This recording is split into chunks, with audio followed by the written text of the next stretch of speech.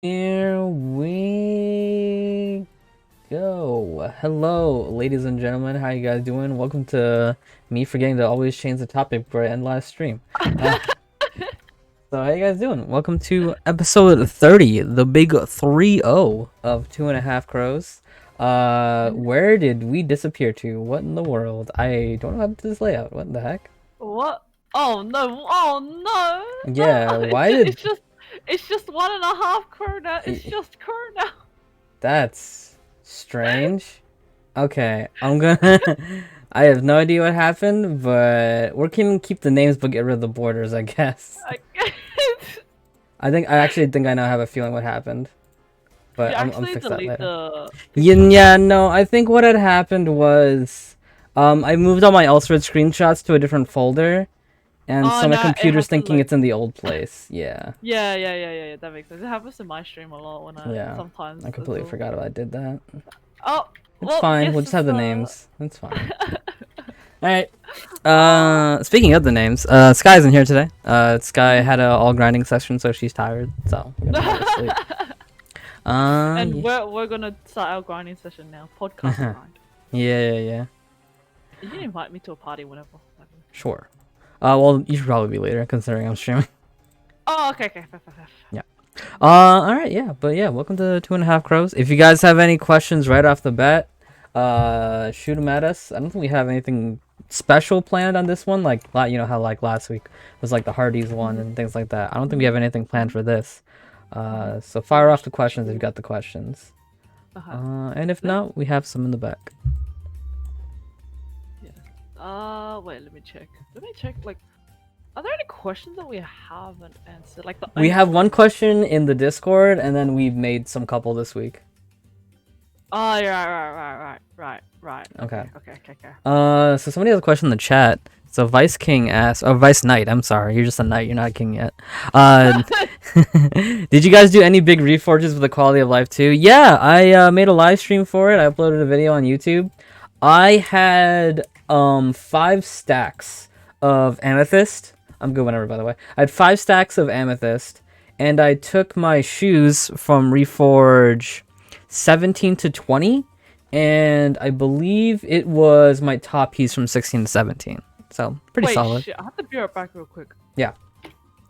I'll keep talking about Reforge. Yeah. Not too bad. Like, honestly, the craziest thing to me with reforging that high is seeing how much ED it took.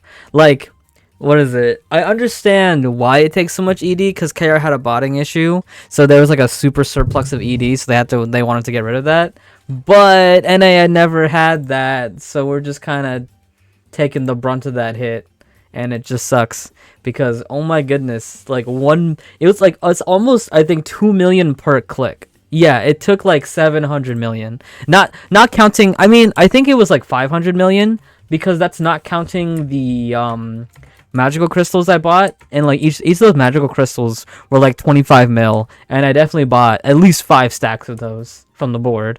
So I think around 4 to 500 million, which is still a lot. Which is still a lot at the end of the day for just clicking. You know what I mean? So I wish they reduced the ED cost, but at the same time I get it, right? Because all these players botted, so there's a surplus of ED. They had to get rid of it somehow. But well, that sucks for us because we never had that. How about you guys? Anybody here reforged that crazy? I also reforged a little bit on my Celestia, who had 0 reforges.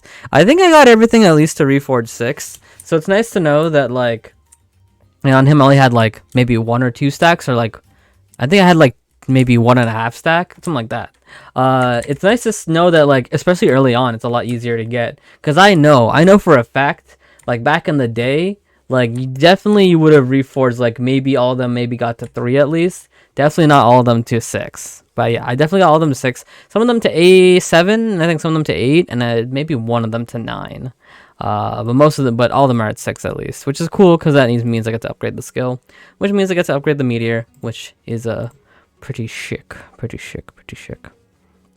Yeah. Any other questions? I'm gonna wait to the one in the chat and the one in the Discord. I mean, not the chat. The one in the Discord and Twin Crows here. If anybody else has questions in the chat, please feel free to ask. They don't have to be also related. You guys can ask again. Like, I don't think people understand that you can literally ask any question. You can ask any question. We will answer any question. They don't have to be also related. You can ask the weirdest, strangest questions that you want, and we will answer them. And we will answer them 100,000,000%.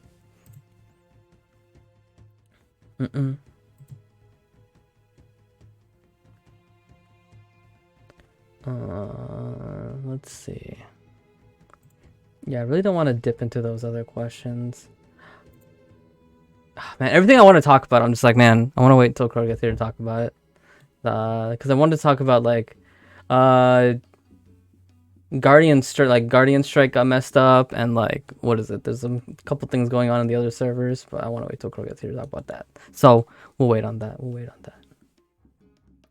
At what Reforge does the Amethyst Prophecy set become better than the +9 Elrianode Gear? Oh, good question, actually. Okay, so I think that happens around Reforge 9, I want to say.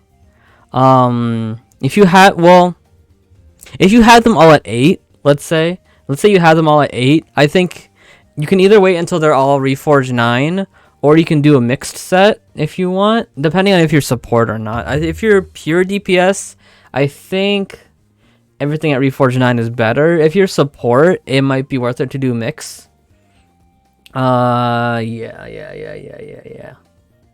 That's pretty much my stance on that. What characters in Elsewhere do I think should get buffed or nerfed?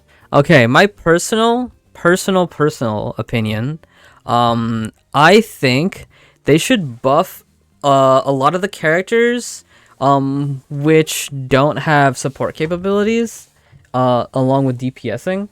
So I think, how to say this in a way that makes sense. Okay, you know how Centurion can give like a super armor field and he does good damage?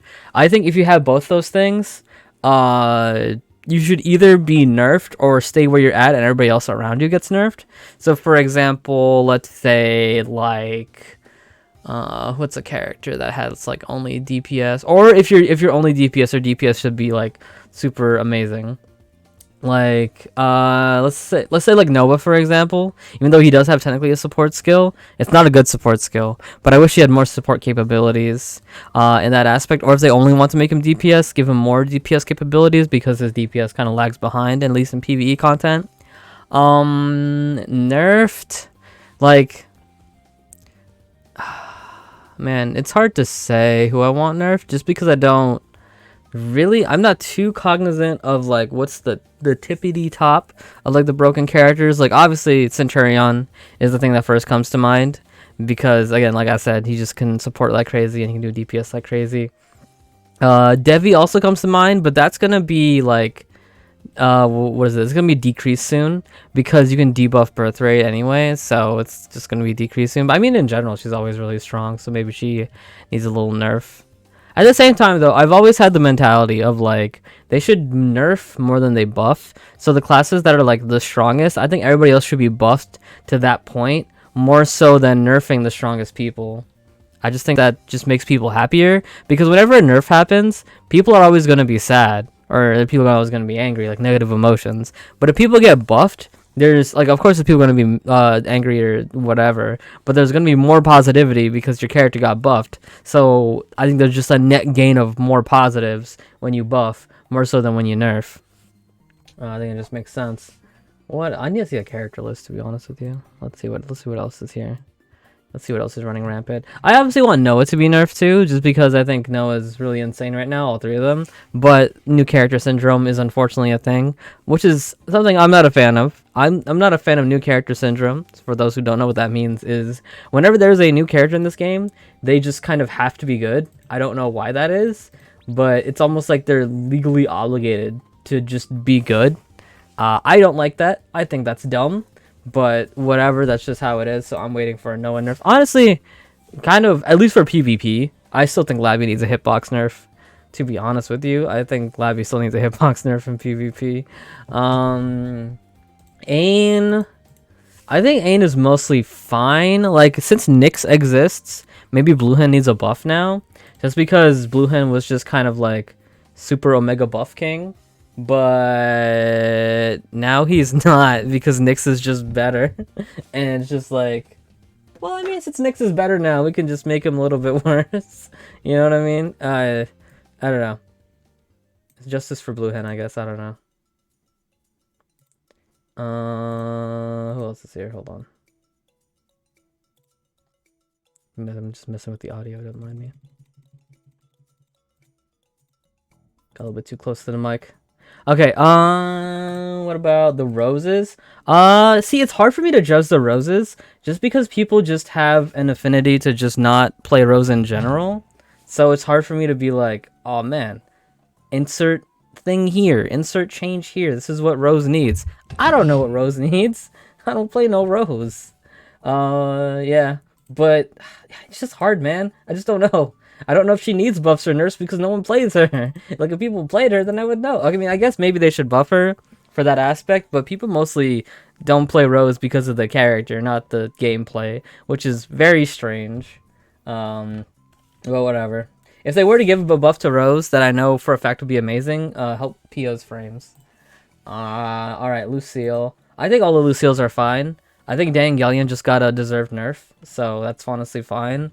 Innocent's fine, maybe buff Catastrophe a little bit in PvE, but I don't know if they're fine in PvE. Now, again, I just don't play that or know much about that character. But I think they're mostly just fine. I think all the ads are mostly okay. Mad Paradox lost a bit because of, what is it, that synergy existing. So maybe Mad Paradox can get a little buff, and maybe Doombringer needs a little bit of a nerf because he's kind of insane right now. He's just really, really insane. Like, that's definitely one of the characters where it's just like, all right, you can either buff, I mean, you can either nerf him or buff almost everybody else to be like on the same tier, the same level as him. But yeah, Doombringer really crazy right now. I was playing Anisha Labyrinth against my bros Dangelion, and it really made him mad. I mean, have you seen Look? Look is crazy. Alright. Next one. Alessis. I don't know much about the Alessises. Alessises. I think they're mostly okay, right? Like, I heard people complaining about Bloody Queen here and there. I've seen very strong Flame Lords. I've seen Empire Swords here and there. And they have a purpose because of, they have good cage breaking and things like that. Like, cage breaking active skills. So they have a purpose at least. But maybe she could use a little buff, Empire Sword. Maybe Bloody Queen needs a buff. I haven't heard much about Bloody Queen. I've heard a couple of complaints, but not like a super lot. So, yeah, I'm just kind of ignorant on Alessis, to be honest with y'all. Ara, I mean, I already talked about Devi. I think Devi needs a nerf, but I'm not sure if he still needs a nerf after that birth rate change. But she's still very strong, so if she got a little tap, a little hit, I think she'll still be fine. Maybe a little tap would be okay. I think Shakti's interesting because she was definitely like dominating when Rasa was meta. I don't know if she's still hard dominating. I don't think she is, so I think she's fine. Same thing with Aspara. I think Aspara's just kind of fine. I'm not sure. So Chung's, bro, all these Chung needs nerfs. This is crazy.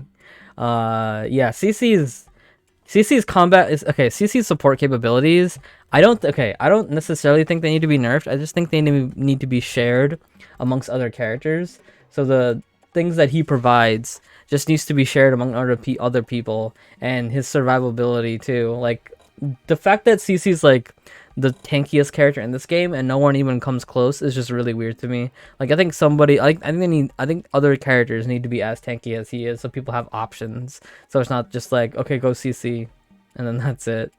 FP I think is mostly okay. I think FP is okay, and I already set to nerf Centurion. Yeah. What about the Eves? I think the Eves are mostly fine. Sario was bad, and then she got a buff recently, right? I don't know much about Essentia.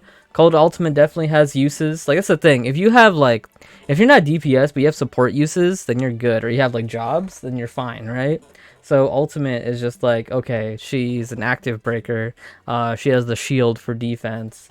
So she has jobs, and she'll be fine because she has those jobs. Nova, like I said, I think Nova Imperator can get more support capabilities. Super Armor Ignition Crow is not it, Chief. It is definitely not it, Chief. So we can change that up. Ray Charts, honestly, he's in a interesting spot right now. I honestly thought he was fine after the recent nerf, but then they nerfed him again. We'll talk about that later. I don't think he deserved that nerf, because I think he's fine being kind of like this Raven that can clear really well.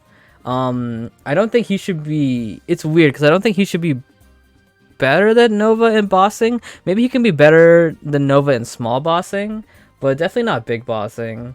I think Nova should still trump him in that area, but I think he's mostly okay where he is. Like, it's weird, like the nerf he got, that nerf Devastating Strike, they didn't need to nerf the damage itself. They could have just nerfed the defense piercing, and that could have been fine. But they also nerfed its a damage as well. I think that was unnecessary. He's in a weird spot.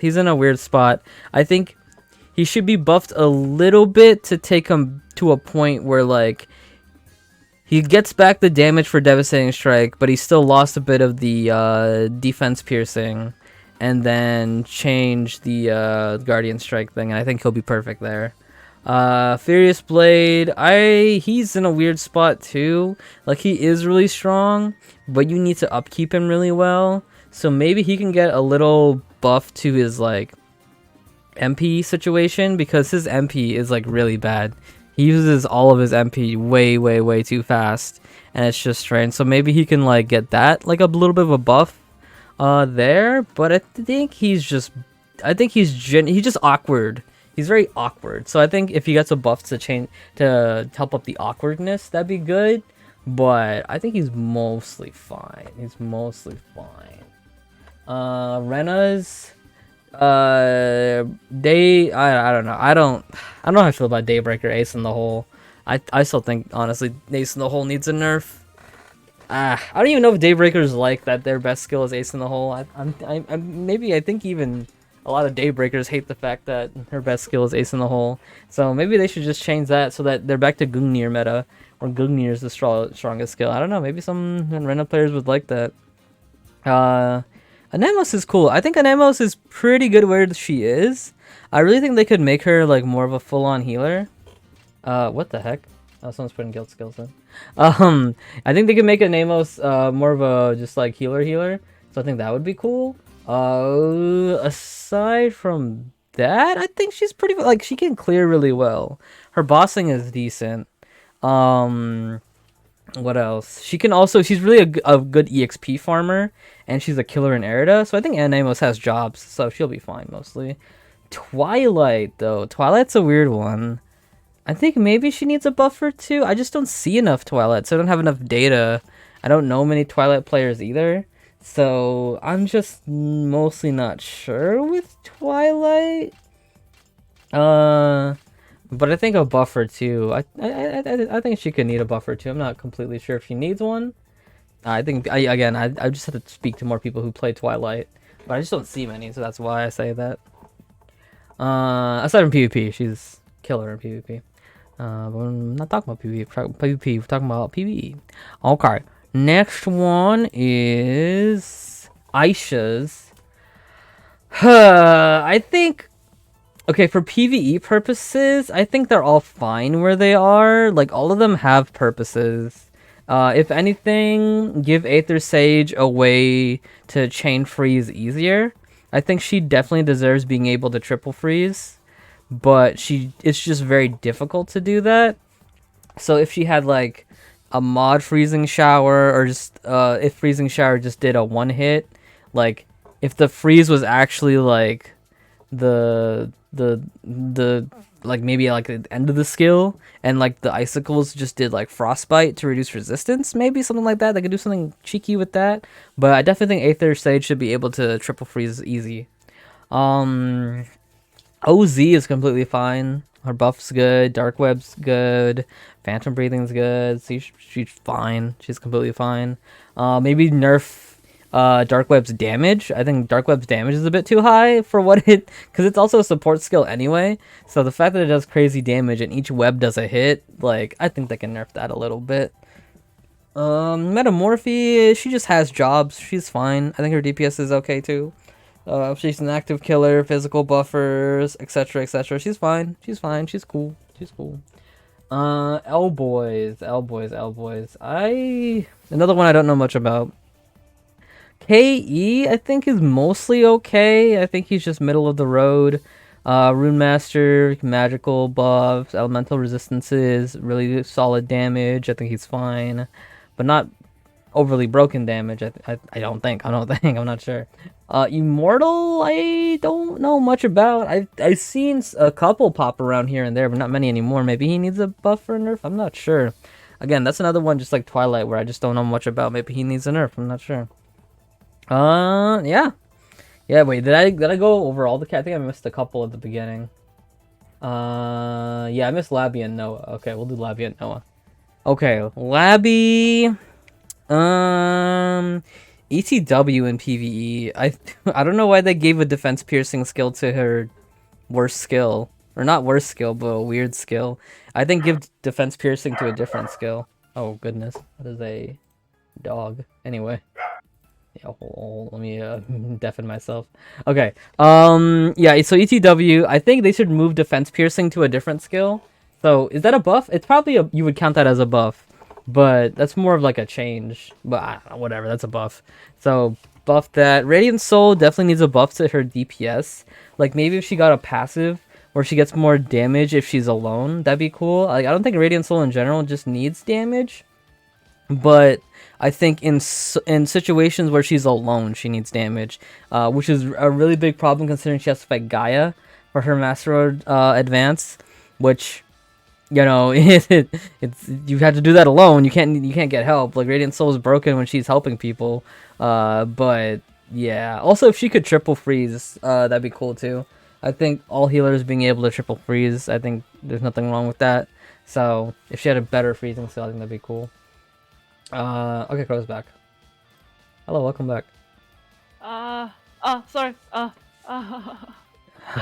about that. Oh my god, apparently I had more people coming over today and I forgot. I didn't even realize. It's alright, it's alright. Oh, I'm sorry. It's alright, it's alright.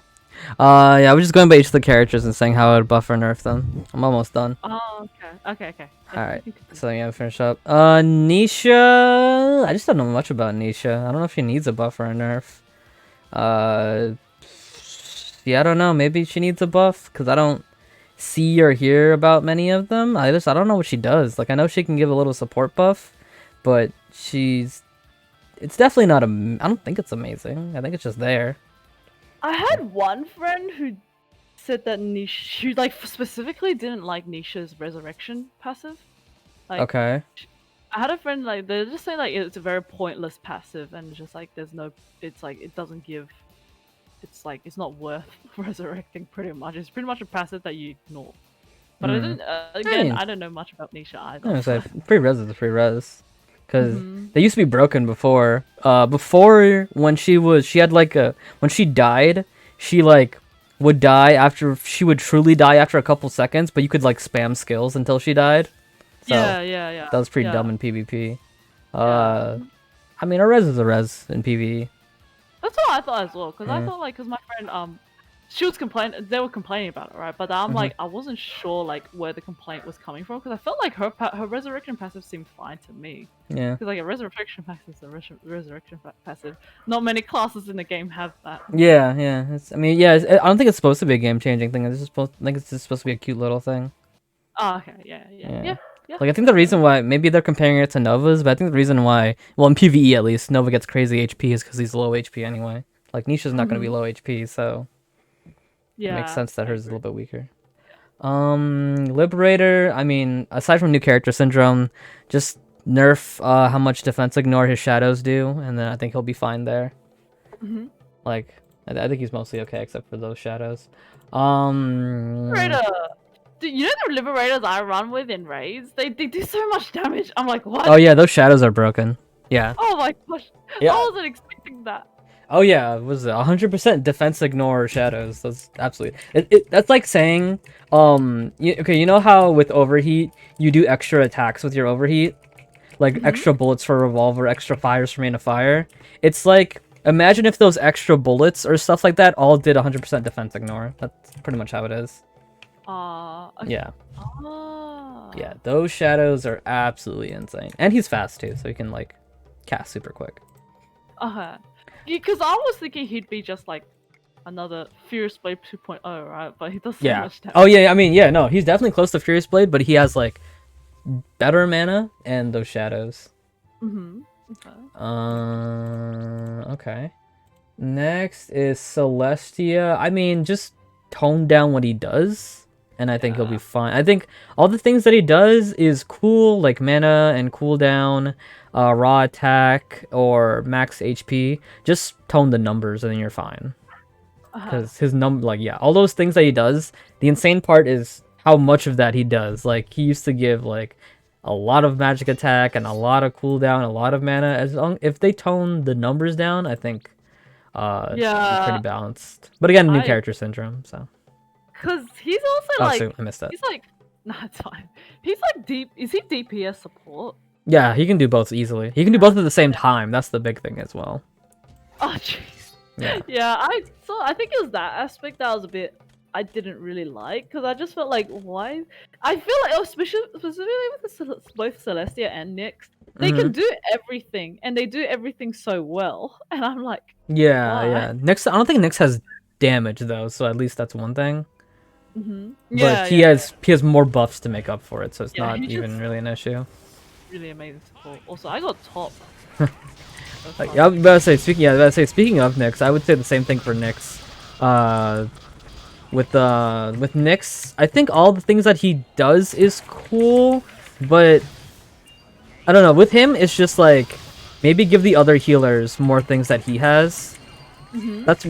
That's one where I would say, maybe he can stay how he is, but if he stays how he is, make everybody else up to his level. Yeah, something like that. Because Nyx is like, he's another essential support now, pretty much. So it's like we've Yeah. got Blue Hand, Comet Crusader, Centurion, Radiant Soul, and now Nyx as well. Yeah, yeah. What is it? Nyx? Yeah, Nyx completely overshadows Blue Hen. Because the best thing about Blue Hen before, he had like one of the best triple freezes, but Nyx can do that better and easier. Yeah. So, Ah, but I mean, Blue Hen used to be like that apparently. like, Like Blue Hen had a bunch of buffs, but I think a lot of them are self buffs now instead of party buffs. yeah. I think back then, wasn't it like Blue Hand was able to like you could play DPS Blue Hand be okay with it, right? Yeah. I mean, you can do that now, but you can't support if you're doing it. Yeah. Okay. Oh, okay. Fair. I Yeah, think you gotta choose. yeah, I just remember one patch they nerfed his DPS aspect or something. Yeah. Yeah, I don't know. Do you think that's deserved? I mean, I think maybe they should maybe even double down on it more. Like, what is it? You can DPS or support. I think that's actually a cool option. Like, what is it? It kind of makes it more like, what is it? How do I say it? It could be fine if Nyx actually kept a lot of supporting capabilities, but he couldn't DPS, and they just kept it like that. And then Blue Hen's just like, okay, if you want to support, but have the option of DPS that's there, I think that'd be cool. Just to make them different. True. Yeah, but you can't do both. But if that happens, then you obviously couldn't do both. I guess, but then you also have classes like, for example, DPS, pure DPS classes who can't support. Yeah, I'm just talking about like in the vacuum of healers. Yeah. Okay. Fair. Yeah, because what is it? Radiant Soul kind of. Well, Radiant Soul is kind of the worst of the worst. Well, not the worst of the worst, but like Radiant Soul is the like she can't she doesn't have the option to DPS even. It's just not there, and it's worse than Nyx's DPS. Yeah. True. Yeah, Like, and I talked about it too. Yeah, I wish she had a solo buff or something. Yeah, because otherwise the solo dungeon runs are actually so painful for Radiant. Yeah, it's dumb. It's dumb because she's forced to do Gaia. That's the biggest thing. Yeah, that's all the characters. Unless you want, did you want to go by any of them quickly that you were curious what I said? Oh. Because I went through all the characters. Raven. What did you say? Yeah. So for Raven, I said FB would need a buff that's more of like a more quality of life to make him less janky. So like, I think the things that he does is fine. He just has a okay. No one is playing the other half of Coach. Oh, the things that he does is fine. Like him being able to just spam skills. He spams skills really fast. But like, he has awkward things about his mana. He has like he's a DPS with no defense piercing, which might equal out later on when you can debuff Birth. But I can only just judge based on the here and now. They So either maybe debuff Birth or they give everyone defense ignore. yeah. So yeah. So either they give him some defense ignore to splash in, or like they fix his mana issues or help assist with his mana issues, like make him less jank, I suppose. Yeah. Yeah. Okay. Yeah. For rage charts, well, I actually want to talk about that topic because of the weird spot he's in. I think he was in a perfect spot. Well, okay, he never really was in a perfect spot. I think, okay, so after he got defense ignore on Devastating Strike, they should have nerfed the defense ignore but kept the initial damage, if that makes sense. Because when they nerfed that, yeah, when they nerfed that, they nerfed the damage itself and the defense ignore. I think they could have just nerfed the defense ignore and not the damage, and kept the damage. Okay. Yeah. Yeah. Did they do that for Iblis as well? Where? I'm not sure actually. Oh, okay. I'm actually just not sure in that aspect. But Happening check. yeah, I think he should have kept the damage on Devastating Strike and just lost the defense ignore. Not incompletely. Like I think they decreased it from like 80 to 60. I think they should have just kept the 80 to 60 and then not hit the damage at all. And I think he would have been perfectly balanced right there. Yeah. Yeah. But they did that. And something recently happened. Yeah. Yeah, so I mean, let's talk about that anyway. So recently in KR they did, it's just so strange. They did a quote-unquote bug fix to Guardian Strike mod because Guardian Strike mod's attack was never its visual hitbox. So they made it smaller to match the hitbox. But it's just weird, at least to me. It's weird to me because it's essentially a very, very big nerf, but it's framed like it's a bug fix.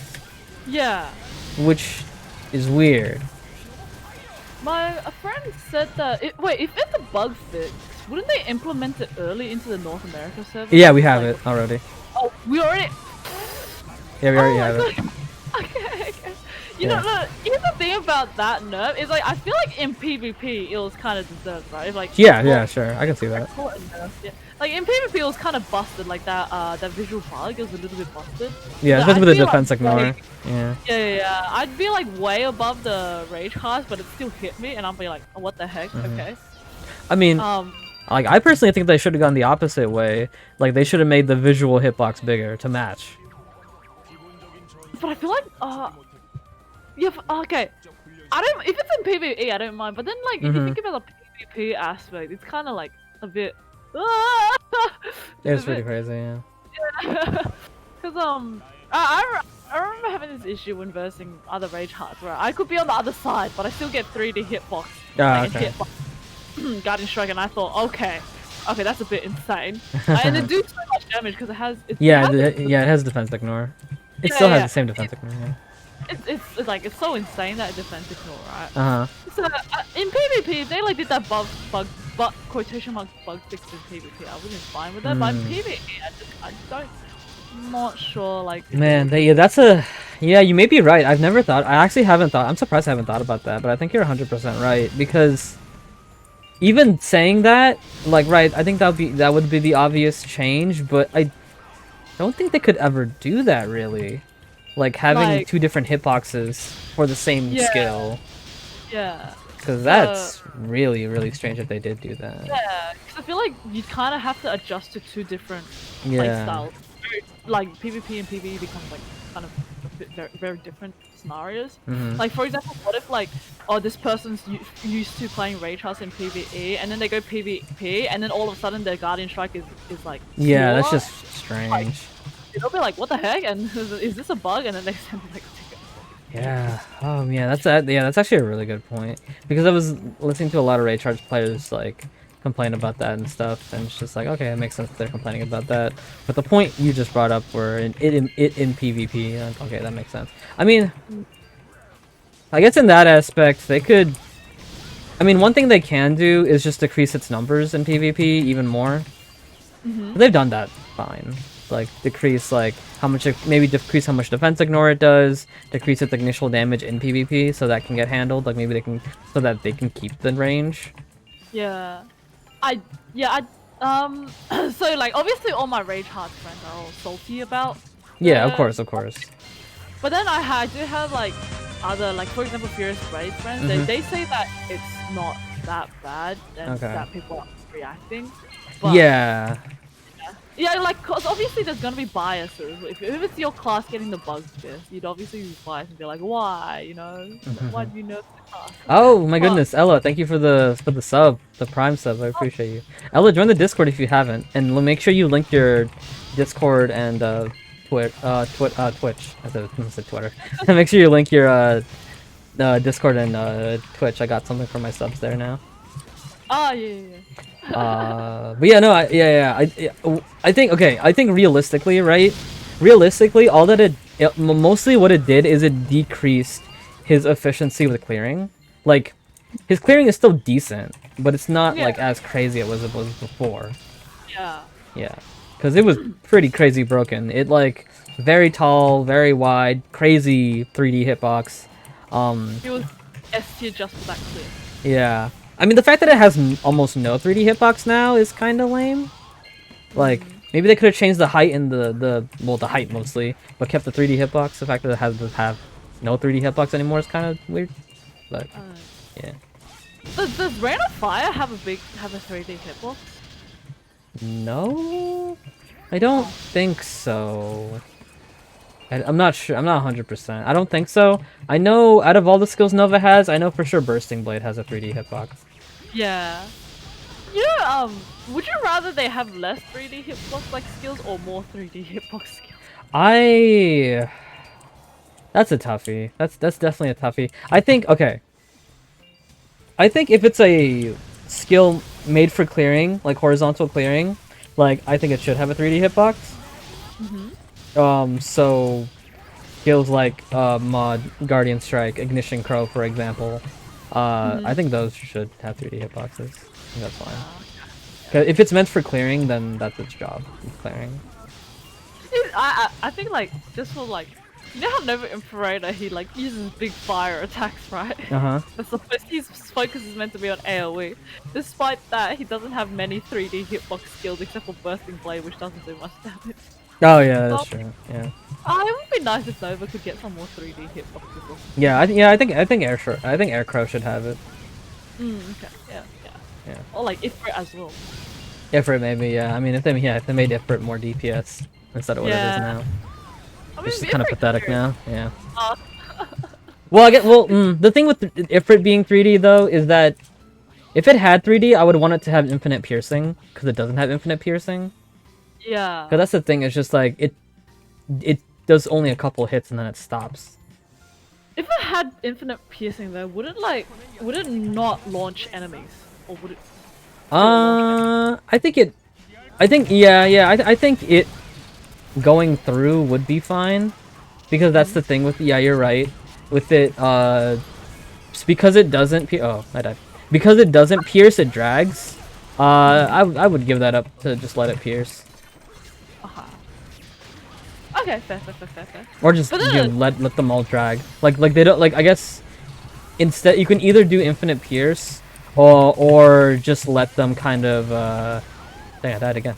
I actually can't see the attack because I reduced my graphics. What is it? Either you just let it infinite pierce or just have it just doesn't die after a couple hits. Like it drags the full distance. Okay, fair. Okay. Yeah, either one of those would be fine, in my opinion. I don't know if I like the fact that Ifrit launches or not, because like on one hand, I can take it or leave it. Okay. Yeah, it's on one hand it's like it's good for the random missions, you know what I mean? Oh yeah, I mean if it pierced, it would have done that too. Wait, hold up. Someone needs to go grab resurrection stone. Sure. I'll just wait a bit. But yeah. Evolution Quest is killing me. It's okay, Ella. Also, hi Ronnie. Wait, what other characters? Was there any other characters that was particularly interesting to talk about? No, I was asking if it was interesting to you. You wanted to. You Oh, wanted to hear okay. my thoughts about them because I talked about all the characters. I just care about Raven. Okay. I feel like I don't know. Sometimes you ever feel like as content creators, you're obligated. You need to know everything about every character or Yeah. something. I feel like I should research other characters a bit more, but like these, I don't care. I'm not interested. Yeah, I just don't know. Korea protest? That was actually a... Yeah, we're gonna. I mean, yeah, we're gonna talk about it. I was just waiting for Crow, and then we were just on this topic. I'm down to talk about that. I'm very curious about it as well because I heard about it 2 days yesterday. Yeah. I heard about so it seems that okay. So more or less, care players are protesting pretty much the game right now. What the protest actually is they're putting their charge limit to 0. To, you know, just the common, we're not going to pay any money until you make these changes, etc, etc. The catalyst for it was the profession changes, I believe. Which makes sense. I made a video about the profession changes recently. I don't personally like them, but the conclusion I made in that video is that this could potentially be good depending on where they go. TLDR for that, for the blacksmithing changes, is I said if they use this profession change to make enhancing like a year-round thing, like they would give us event fluorides, event scrolls, and we can like, you know, enhance if we can just use them, because you know how like events give you like sage stones and gold seals. Yeah, if they included fluorides and scrolls in that, then it could be like, okay, I can enhance a little bit when I want to, kind of thing. So I was just like, okay, if they go down that route, it could be a potentially good thing. But even then, I don't think it's a good change personally. Yeah. Okay. So, but I was sympathetic to it at least. So from what I've gathered, well, from like the people in my Discord server, they said that some complaints, like one of the few, like a couple of complaints in regards to the new system was, let me find. So it's limited in the amount of things you could get. The blacksmith stuff were way too expensive. You can only open 50 chests a day, for example, with rewards in it, and it was like 120 mithril for an enhanced click. So I guess it's just like a lot. Oh, they actually got the system. Okay, because that's actually what I was waiting for too. I was just like, because it was just the announcement and people were going crazy. And another thing, I was just like, you know, let's wait to see how it's like actually implemented, because like one of the things I was talking about was just like, okay, they let us store hammers. Like if they potentially let us store 100 hammers, you know, that's pretty cool. But did you end up figuring out how many hammers they can store? Because I was curious about that.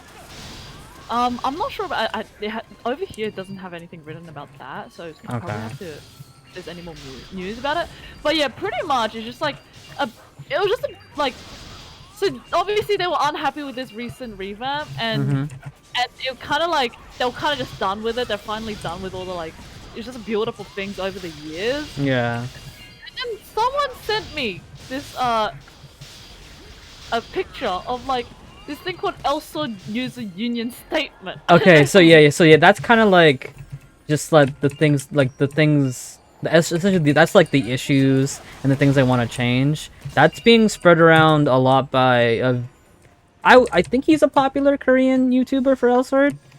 He plays Rune Master. His name's Kira. I think he's popular. At least it seems like it, just because I peruse KR YouTube a little bit here and there, and he seems pretty popular on there. It's funny too. He himself actually joined the NA Discord and was just like talking with people, like asking them like what are the problems NA server has to, I guess, include them, I suppose. Okay. So people were telling him about like the bank share and things like that, essentially. But yeah. What are your thoughts on this? Like that thing that they wrote? I mean, I just noticed your names relate to Bird. Yeah. So okay, the document itself. A lot of the things in there, I could be, I'm like, okay, yeah, like this would be cool if this was in the game. I think the best thing, in my opinion, the #1 best thing in that document is, I think it was roughly translated to, with the things that are in patch notes, explain why they make these changes. I think that's 100% I would want that. Yeah, I think because most of it seems like most of what they have written is mainly, I think they're just complaining about how KOG manages the Yeah, kind of like, like, and another thing, like most of them, I think I'm mostly positive about all the changes. 'Cause, like another thing they mentioned was just like, with how progression is, like new players don't want to stay because how awkward it is. Although they fixed that recently, or at least helped to fix that recently. Um, yeah, and then like you said, like all the just kind of communication issues they've been having, like sure that's positive too. So I'm mostly positive. There are some things I disagree with, though, I will say. oh, The what is it? It's the 7th point, which I have the document here. I'll read it. It says strictly punish users gaining profit unfairly by controlling the market in game and remodel the trade system and live market system. I don't agree with that one. yeah, like how would you punish them? Yeah, exactly. Because first of all, the devs don't control the market. We control the market. Players control the market. And secondly, yeah, that's just how it works. I believe Elsewhere is a free market. I think that's what it's called. Oh, okay. I'm not sure. I'm not an economics major, but that's just economics. Like, at least in my opinion, as long as grinding materials are still valuable, I think the market's fine. At least in my opinion, because you know you can look now, glaciums still go for a high price. Magical crystals still go for a lot. All of these are grindable, like barrier fragments as well. So I think it's fine. Like if someone, unless this is like Sky brought up something in the chat as well, is the English here in the document is pretty bad because I'm sure it's Google Translate.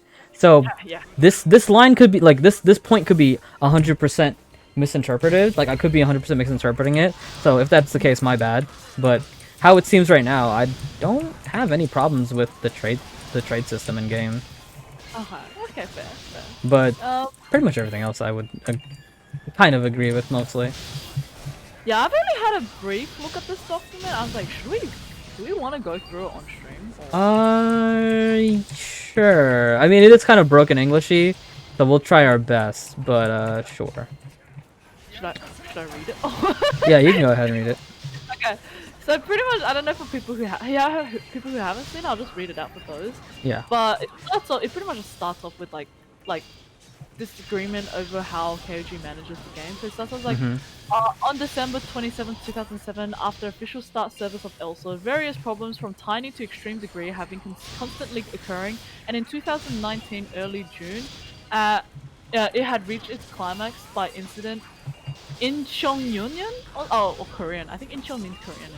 Wait, I'm sorry.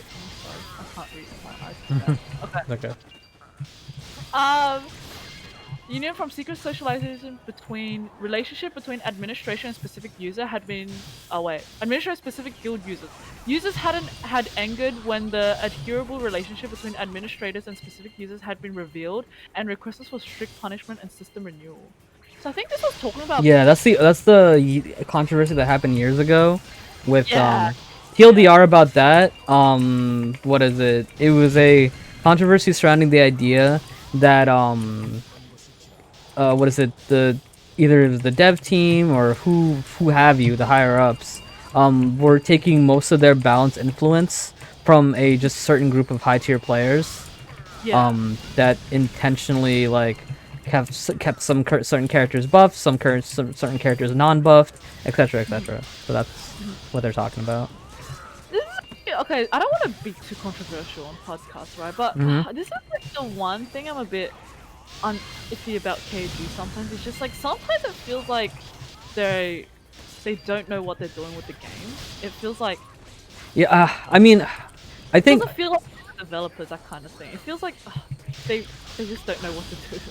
Yeah, it's definitely strange, and I definitely think that's why like a lot of things about the game haven't changed, because it's just like, you know, if it ain't broke, don't, you know, if it ain't broke, don't fix it. And what is it? I think it's just a big snowball of a lot of small issues like coming together, in my opinion, because I think one of the biggest things actually about this game that's understated is probably the fact that they're not getting any new blood. in the company, because who the Yeah. heck wants to program and code on like 2009 code? You know what I mean? Yeah. So I think that's the main thing, and I think that means certain people will still stay in the company. So like they're just using a bunch of like older techniques, and they're just kind of just staying there, and there's no like new ideas or anything new coming through. So that's why like, things don't change as much. But at the same time, they can't really change too much because they're gonna earn less profits. You know what I mean? Because Elsword's still staying afloat at the moment. So it's just like, you know, what's working is working. So why do we need to change what's working if it's still working, kind of thing, you know? Yeah. So Um, yeah, I think it's a snowball of problems. I wonder how Maple Story deals with this, because you know how Maple Story is also a super old game, right? Yeah, I'm curious as well. Yeah. But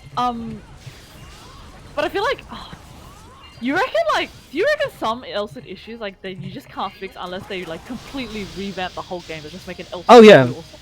oh yeah, for sure. I think what is it?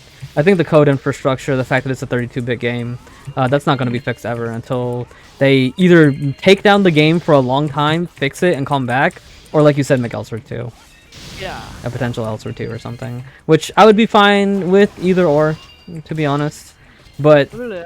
yeah, even that runs into the like idea of just like, I don't know if it's just like, you know, we don't know how long this is gonna take, like we won't be making profits, and it's just like, how's that gonna work? You know what I mean? Like, I think one thing people forget is that, you know, there are people who make this game and they have families and this is their job. So if they take the game down for extended period of time, they're not gaining any money. So it's just like, what happens with what happens with your paycheck, you know? It'd have to be like a. I feel like if anything, the only thing they'd be able to do is just like Elsa 2. So they'd be developing Elsa 2 alongside the original Elsa game. Yeah, and then like eventually shut down Elsword. That maybe. But I'm actually curious, like, about like your opinion and also chat's opinion, like if chat wants to involve. It's just like, Uh-huh. how eager would you be if like KGS were like, oh, Elsa 2 is coming? Would you be excited or would you be like, oh, I don't like that? I mean, I'd honestly be fine with it if the core of the game stayed the same. Okay, I'd be fine with it if we didn't get a Maple Story 2 situation where the gameplay is completely different. If the gameplay stayed relatively the same, then I'd be fine with it. If the gameplay is different, like it's 3D now, or something stupid like that, or it's like top-down now, like Maple Story 2, no. Yeah. Okay.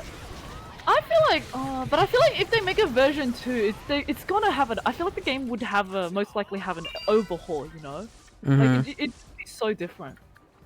That's what I think. So I feel like. Yeah, that's my thing. If the gameplay is mostly the same, I'm fine. If it's not the same, like Maple Story 2, no, definitely not. Okay. Ella agrees with you. It would run better. Okay, if they make an Elsa 2, it'd probably be optimized a lot better as well. I Yeah. assume. Like what? Like I know they're completely different games, right? But if Yeah. we're talking like Super Smash Brothers going from like Super Smash Bros. Wii U to Ultimate, yeah, I'm chill with that. We're chilling.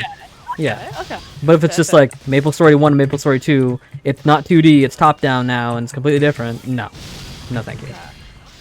If they were to make an Elsa 2, like what would our progress in the original? Yeah, I would want it to. Like obviously, I would 100% want it to. I don't think that's a possibility unless they take the route of we're completely shutting down Elsword to make Elsword 2. You know what I mean? Yeah. Like if they do that, I'm 100% down. I'm 100% with them. I will support them whatever way I can. Like if they, like that's the thing, right? Like if they do that, I'm 100% with them. I'm 100%. I would support that 100 billion million trillion percent. Please do that. I'll do whatever in my power to make that happen, if that can happen, because that'd be great. I do definitely think that'd be great. I think just the one issue about that is I think like so there's pros and cons if they were to transfer Oh yeah, your. yeah. It's just I think the pro will be it gives old players an Yeah, incentive to- yeah. Insane head start. Insane head start.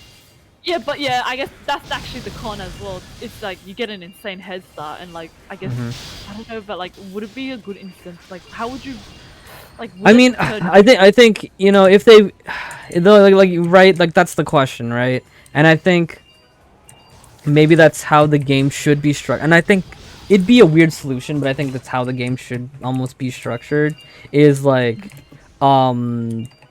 it would be that, right? You can transfer things over, but if you start fresh, just the game as a whole would just be revamped. So when you start from fresh, like, you know, the initial jump to level 99 is like, it's like more like Noah and Labby. There's a smooth transition from that into like Elrianode and then into Varnamir and things like that.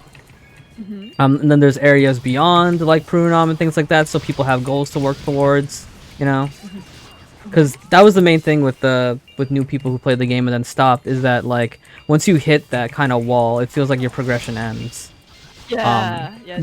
They fortunately fixed that recently. I definitely think the revamps to Elrianode set and Void Dungeon fixed that, but I think it was a bit too late. Noah event was already over, and a lot of people, a lot of new blood, new players like have already moved on, I think. Yeah. But if that existed when Noah was fresh, I think that would have been fine, because people who play games for the first time are dumb, and you need to cater to that, honestly. Yeah. Like, people can follow a story quest, just follow the story quest. People be like, okay, and they'll do it. But if they hit this wall at Elrianode or Varnamir, where it's just like, oh, you don't have enough combat power, it's like, what? I didn't have to worry about that before. They just gave me gear before. Exactly. So Yeah. it actually feels like Elsword, the game actually only starts once you hit level 99. Yeah, and by that point, you're not ready. Like, Yeah. if they, like, it's like I said, like, long time ago, I think they should just completely revamp level 0 to 99 to be a super tutorial almost. Like, they explain combat power. It's just like, how do you get more combat power? And like, you know, just make like just simple dumb things where it's just like, you know how Genshin, where you fail an artifact dungeon, and it's just like, do this to get better artifact. They could be like, oh, you don't have enough CP. Here's a pop-out window. You need more CP. Here's multiple buttons. One button is just like, here's how you can increase your CP, and it's a button that shows you DSOI and how to do it and what to get from there. And Oh yeah, that would be. I think we do have an in-game guide, right? yeah, it just explains things. It doesn't guide people. Yeah. Okay. There is one pop-up function in Elsword where, you know how like Henna's time and space, if you fail it, like for example if you take off your gear and fail it too many times, they actually do give you a pop-up window. They Be do, like, yeah. Yeah. Yeah, it's like, well, they tell you how to sock it, and it's just like, guys, by that point, I don't think we need to teach people that for the first time. Maybe. Yeah. Ella says, but it could end up like Overwatch, how they're not getting any content and players are quitting due to how Overwatch 2 is getting delayed. Yeah, Overwatch 2 is a bit different though. I think they made the Overwatch 2 trailer that early to satiate Blizzard. But I agree with that. If that's the thing too, is like, if they tease Elsewhere 2, they need to go, you know? Like, I feel like, yeah, I feel like within a year or two, that game needs to come out, at least in a beta. Yeah. Yeah. It can't, like, it's always gonna be delayed. People are just gonna be like, alright, this is ridiculous. Yeah. They actually do, but it takes you to do. Yeah, the F12 thing doesn't help. It just explains the modes, but you know, like, combat power is such an important thing in this game, and they don't explain it enough. Like, we understand it because we had to go through it, so we understand how it works, but you gotta explain that to people. Yeah, it's very confusing. Like, whenever I have new players come to game and just be like, so how do I make an Elrianode Gear? And I'm just like, oh my god, how do I explain this? Yeah. I always have to like, I have this like sheet where it tells you what LT is to get, but it doesn't explain like why. So I kind of like, all I can do is like, I just tell them, oh, do this. But if they ask why, I'm gonna be like, oh no, here comes a lengthy explanation. Yeah. And it's always like big Steve's energy.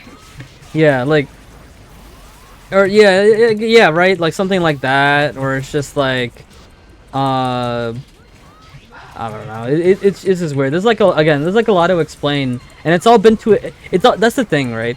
Because there's a lot to explain, and it's all been explained to us as time has gone on, like on event pages. Like, we eventually figured out what Elrianode is. We eventually figured out what like the best freaking Rigmore set is, but you know, that took time, and we're in, like, when you join the game, it's just like, oh, we're done with that already. Like, you still need explaining with that? We're done explaining that. Okay, yeah. Yeah, like, I think once you're in the flow of Elsword, and new updates come, you're fine because you're in the flow. But if you're Yeah, out of yeah. the community flow, then it's just like, Yeah. what's this? What's this? I'm lost. Someone help! And everybody's just like, well, we've moved on, man. I feel like, but here's the thing. I feel like typically, like with a lot of MMOs, I think what generally happens I see in MMOs is there's a lot of content, and you can't learn. The game can't teach you Yeah, everything. that's Kind true. of That's true. the community. Like for example, like I was playing Monster Hunter Worlds, right? Mhm. And what I realized is like, oh, Monster Hunter World. I thought Monster Hunter Worlds was a single player game. I'm like, oh no, it's actually an MMO. Oh, And then really? Okay. yeah, frequently I get people in my chat who have to explain to me how everything works, and I'm a little bit mildly overwhelmed and confused by it. Mhm. Oh, I just realized we need to read this off. Well, this is the last run for me anyway. So. Okay. But yeah, it can be a bit over. Like I think this is just like I don't know if I don't know if I could call it an issue of MMO or rather a feature of MMOs where there's just so much content you kind of have to learn from the community more than the actual. I like, mean, game. yeah, that's the thing. I think it's a blessing and a curse. Yeah, it makes people more of like a community, right? Like, cause like, okay, let's compare it to a game like Genshin Impact. I don't know who the heck else in the Genshin Impact community. I know my friends who play it, and that's it.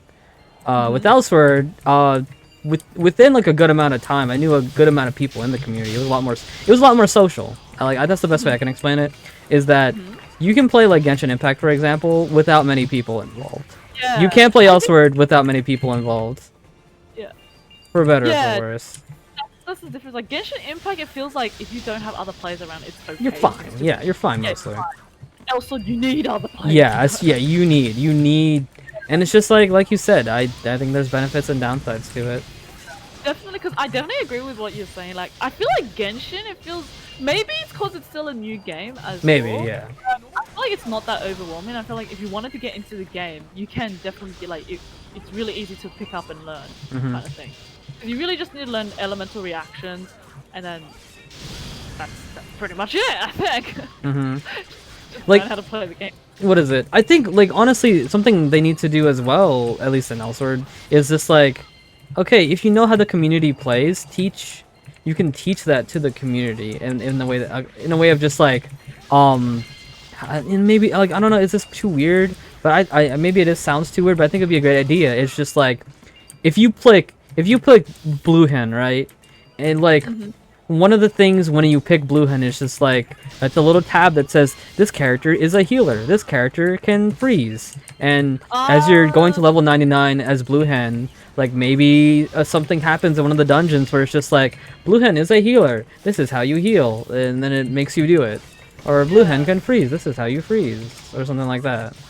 I don't believe Elswood has like a tab on the menu where it tells you what role they are, right? No, yeah, that's a player created thing. Yeah, okay. That's another problem I have with Elsword is Elsword as a game and game explanations still explains things as if this is a single player game because Elsword definitely used to be more of a single player game. It is now definitely a lot more of a multiplayer game, especially with Raid, but they haven't like it's an caught MMO up. game, but yeah, it's an MMO game, but the developers haven't gotten into their head. Yeah, yeah, right. Like gameplay wise, they have, but like explanation and menu wise, they haven't. I know that sounds weird. Yeah. I get what you mean. Yeah, the game still talks and like gives you explanations like it's a single player game. Like they haven't added anything really that explains the multiplayer stuff. Like being a healer and freezer is so important, and there's no way to practice that except on your own terms. Like Yeah. if you want to practice freezing, you just have to go to a boss or go to a training dummy and be like, okay, this is how I freeze. There's nothing in the game that will tell you like how to decrease resistances and like how to freeze optimally. You have to learn that from players and things like that. But Yeah, exactly. it's such a core aspect of the game that I think the game should explain it, honestly. They should have like there's something like, you know how in loading screens where they have like a hot tip menu like at the bottom right, oh tip right? Like maybe something like a tips menu in Elsword that explains monsters can be debuffed or chain freeze. Did you know you can chain freeze raid monsters? or something like Yeah, that. like that's what I think the level 1 through 99 should be. Is that Mhm. explaining like what combat power is, like even later on they could even explain like the demon realm debuff, like in a Or dungeon or even like two. or even like a tutorial for each well for Yeah. each second dungeon like raise or something. Yeah, it's just I don't know. And at the same time, like I'm saying all this, but I don't even I don't know how to fully implement it. Like Yeah, it's because it might it might like just be yeah, it's just like might you don't know how the players are gonna react. yeah, and it might just like make the game more bulky in like file size and or maybe like it might even like screw up with the optimization of the game. And it's like you don't even know if people are gonna read it. People just might be like, oh, okay, skip, skip, skip. Okay, how do I read it? Yeah. Oh, dude, I frequently have friends who do that in video games, and I'm like, bro, you're meant to be reading this. Yeah. So yeah, even that's just like, man, how would they do it? Yeah, it's tough because like there's so many issues, but how do we address these issues? Mm-hmm. Ella was saying in regards to the party, like playing as a team, and also raids are a good. The dungeons are designed around multiple people, not just one. Yeah, Raids now are they are. okay, yeah. As well as Prunam rigged dungeons, we should be able to see the debuffs on a boss. I think Yeah, we that's can it. see the debuffs. You can just visually see some of them, but they like overstack and stuff. What else I want to talk about? Oh yeah. So actually, yeah, the other thing I wanted to talk about back when we were talking about how like oh if there was an Elsword 2 and stuff. Mm-hmm. Do you happen to know if like because I think obviously that was kind of the situation with Grand Chase and Elsword, right? Yeah. Because like and I remember they did have one event where they tried to get Grand Chase players to Elsword by giving like that pet Rexion that's a pet that's available in Grand Chase. They made that Okay. temporarily available in Elsword. Mm-hmm. But I don't remember what else they did, and I'm just like, for example, like I don't remember because Okay.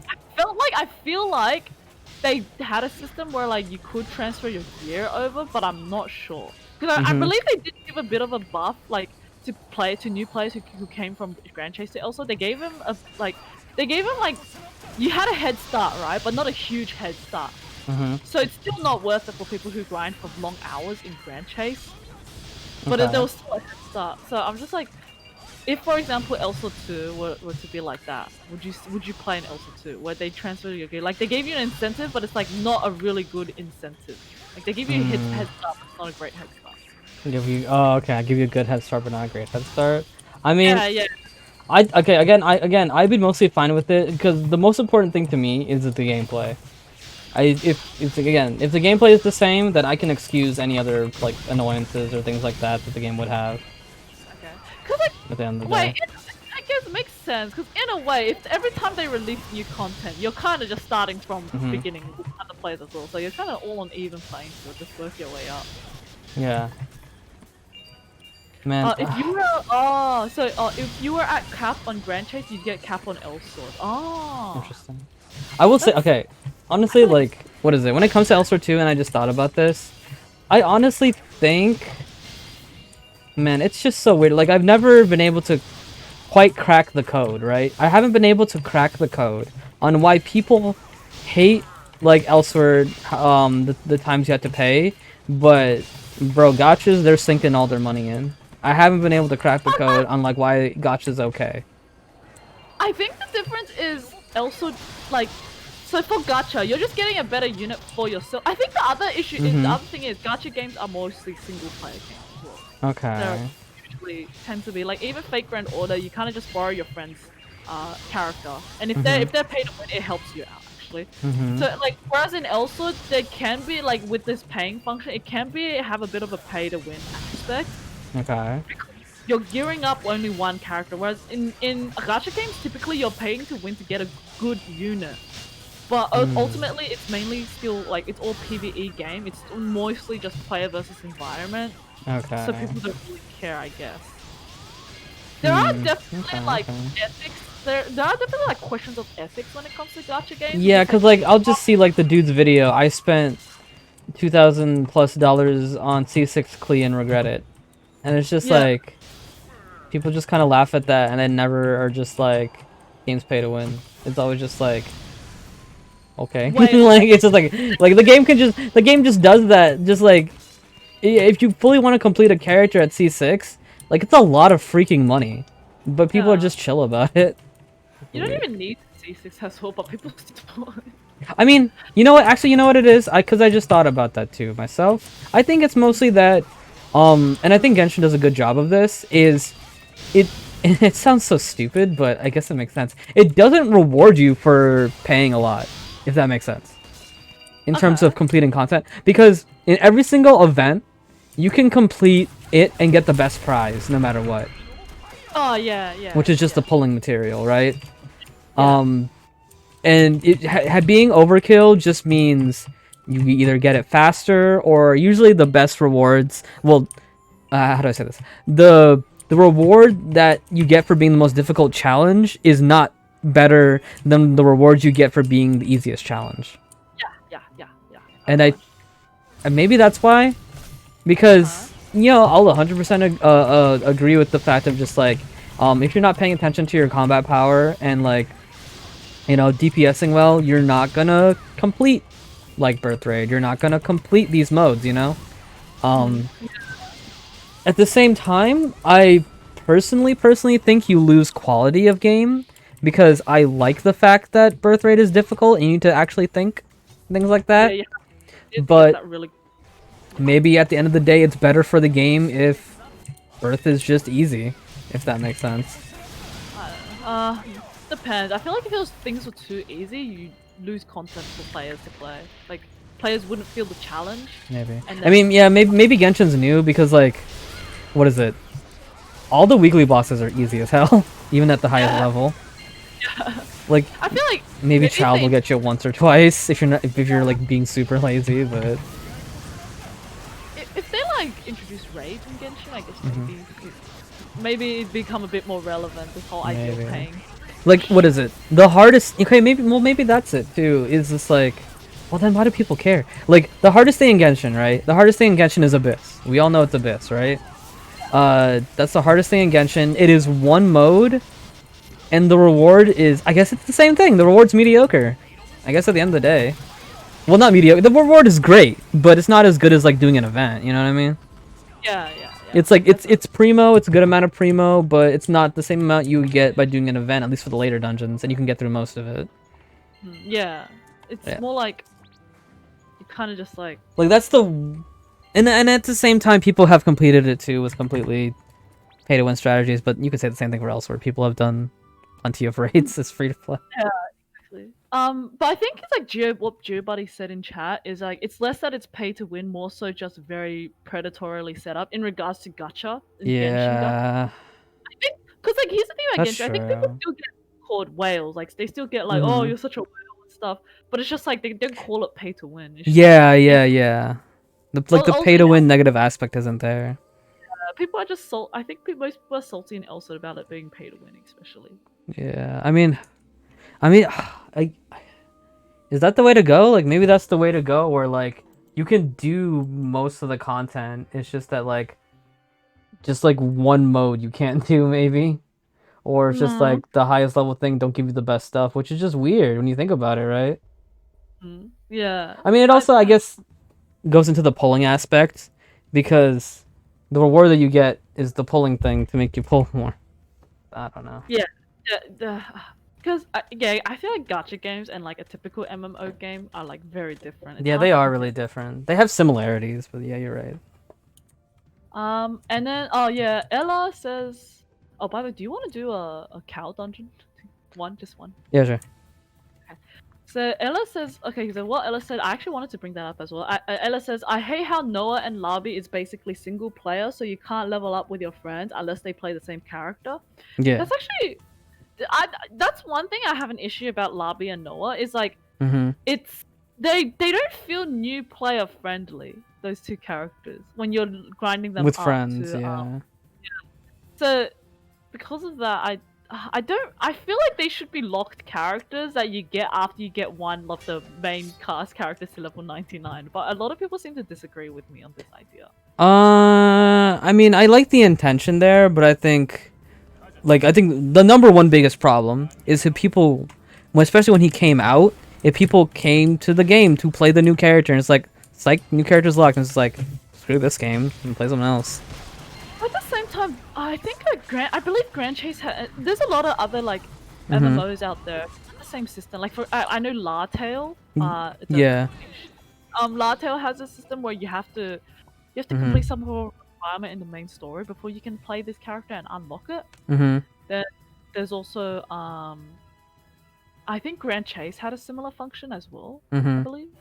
Yeah, but those are the only two I can name where they have this kind of system. I don't like. Does Closest have it? I'm not sure. I don't know. It's been so long since I played Closers. Yeah, I feel like Closest. I don't know, or maybe I don't think so. From beta, no. But I've only played during beta. But I guess yeah, there is that issue. Like, oh, if they came to play the game for this character and it's like, oh, it's not available. Oh, screw this. Yeah. Yeah. There is that. Because the way how it is now, what is it? Leveling a character to level 99 with ERP, something new players will not have, takes around 5 to 6 hours. Yeah. 5 to 6 hours knowing what you're doing.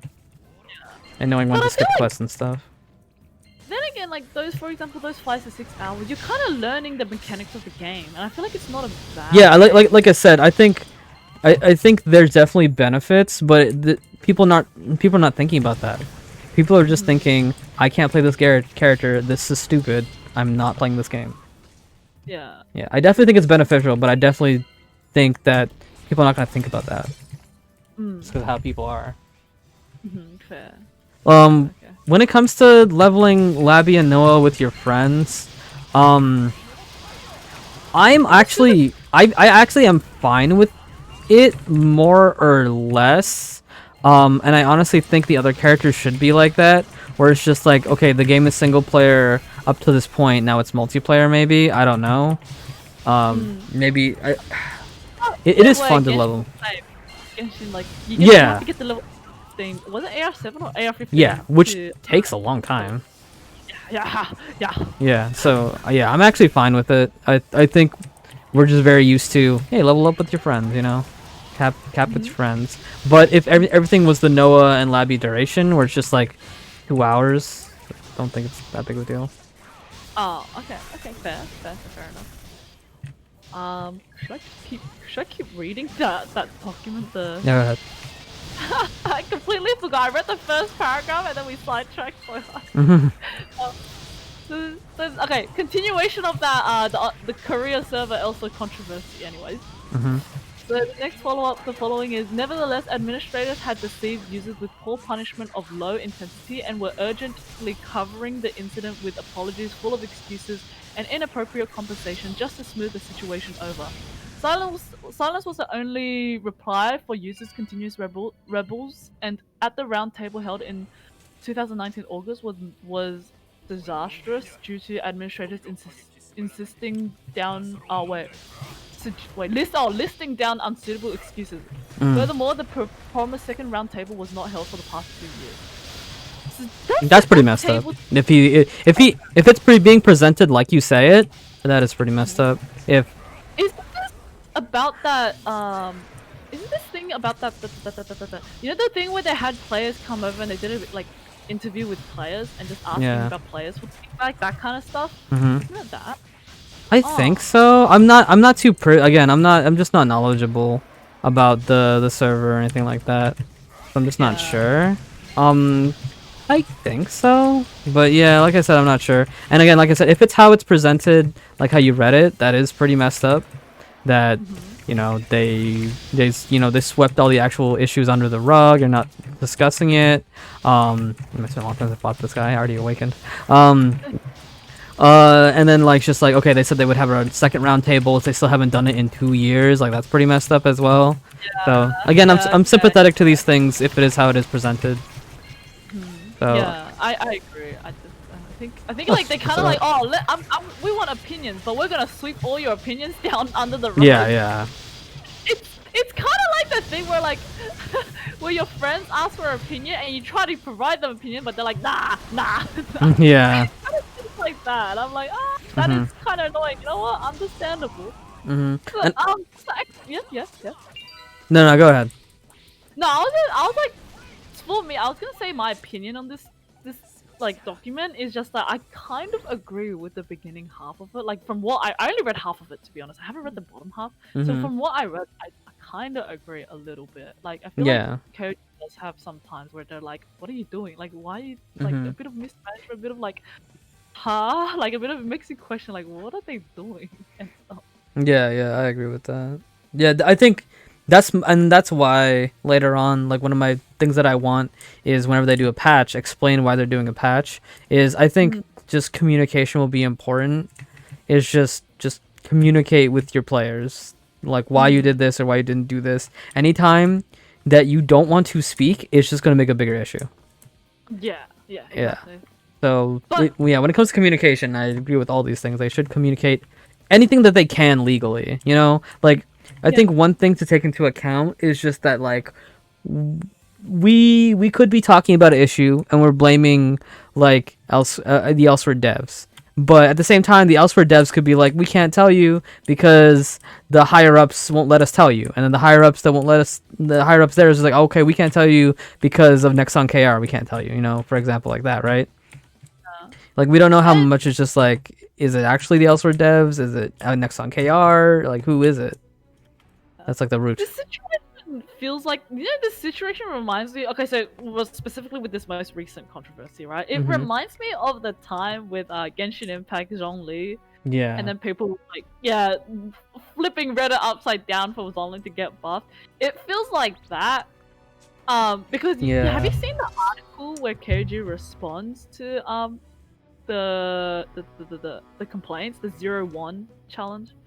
No. What was the answer? It's a Babel article, the one about Elsword 0-1 Elsword boycott movement. I'll Oh send it no, to you. I did not. I'll send you the link to it. But so Keiji actually did provide a response, basically. Interesting. Okay, so they did give a response, and they're like, we've heard your complaints. Mm-hmm. We're gonna like make changes and stuff. But the thing is, pretty much people reacted to it the same way Mihoyo reacted to the Zhongli Oh shit. complaint. Uh-huh. As if I just jumped out. So Keiji made a statement. They like gave a response, and then people were just like, "Oh, so basically Keiji said, they're not gonna listen to us. We're just gonna wait." They're just like, pretty much like people are saying Keiji is just like ignoring them. They're not actually taking them seriously. With Keiji's response. Keiji's response pretty much in the inner details. Wait, let me find it. Sorry. And I see it right here actually. I guess we can read this too. Okay. So yeah, so obviously something with dissatisfaction over the Elsa progression system. Yeah, obviously we talked about that. And then Keiji's initial response was an announcement of ×2 EXP drop time during the upcoming weekend, which was interpreted by the players as a classic Keiji's bribe attempt to soothe the players' unrest. However, the players had finally had enough and of the bribe attempt only further enraged them, forcing them to take action. So, and then that's pretty much what happened with I think that's how the 0-1 challenge started as well. Okay. And then it's just a bunch of players setting their monthly load up to 0 instead of like what they used to, and taking screenshots and posting it online. Mm-hmm. And then Keiji made a response. The response is, "Hello, this is the Elsa team. Thank you for playing Elsa, and we're sorry for causing so much concern over our inadequate service of the game. We are heavily considering all the voices of our players currently being spoken in various Elsa communities.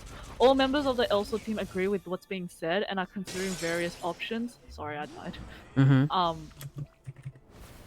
Okay.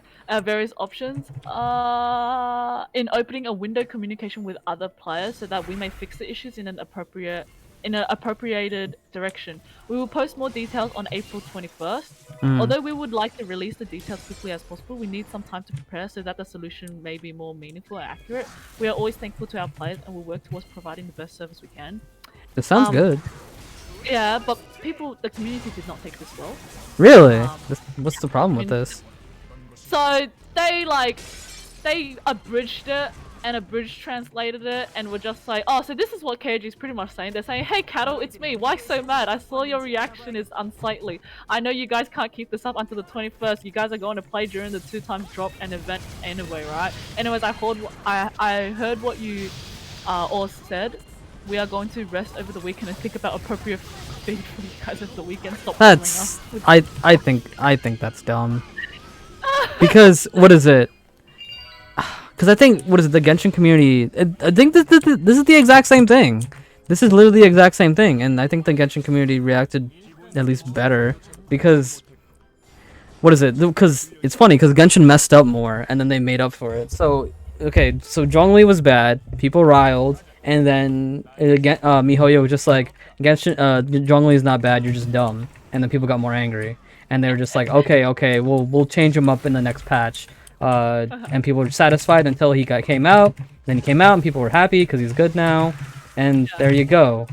And now it's the same thing where it's just like, okay, the profession revamp is bad, everything else is bad, and KOG's just like, okay, we'll talk about this more, and we'll get back to you on the 21st. And people are just like, ha, yeah, right. And it's just like, the freaking where is this coming from? Shut up. And like, they literally just said that they'll talk about it more, and then they'll talk more about the 21st. Get angry on the 21st if they don't pay up. Like, that's when you wait for them to pay up. I guess it might also be maybe because people just don't trust KG, because you know how like I suppose, people are just like, oh, KG has this habit of like saying listening, but they're not actually listening at the same time. Like they say they'll listen, but they don't actually want to do anything. Yeah, but wait till the freaking 21st at least. Like, what's wrong with you? At least. Ay, like you did it. You did it. You worked it out. Like, your voices were heard and you got more angry. Your voices were heard and you got more angry. Like, how does that make sense? Like, I'm actually a little bit bothered by that.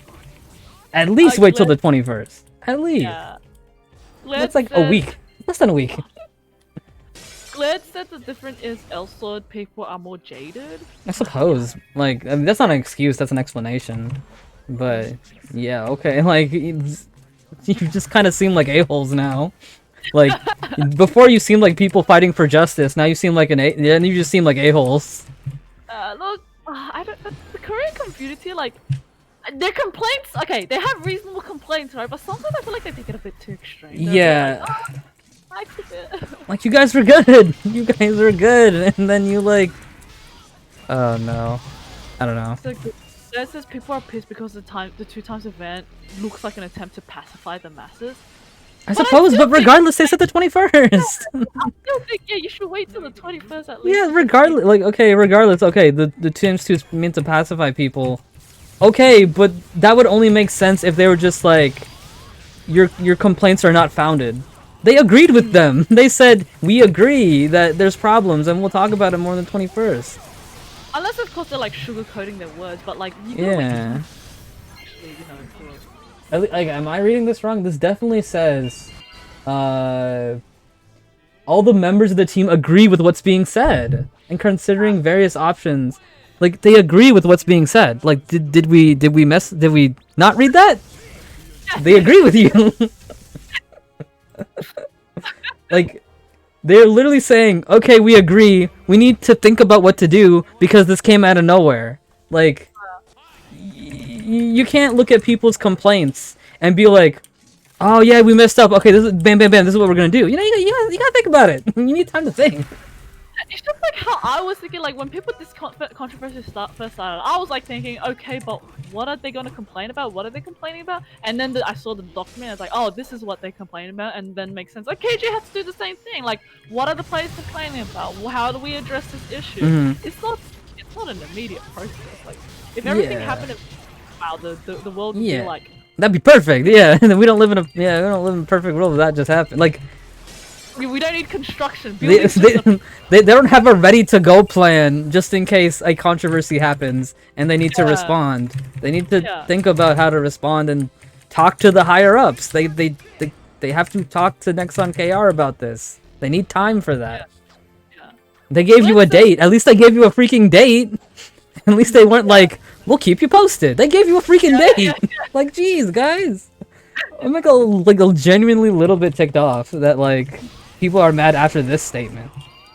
Like, Glad says, I think, well, Glad here says that, Korean people thought that the 2 times event was just like in poor yeah, okay, taste. sure. Like, okay, I think in terms of intelligence, right? I think a smart thing to do in this. I mean, even then, could they even do that? Like, okay, in a let's say in the scenario, in a perfect world, I think a smart thing to do in this announcement to be like, okay, your voice is being heard. We are going to reel back the profession change and more things coming forward on the 21st.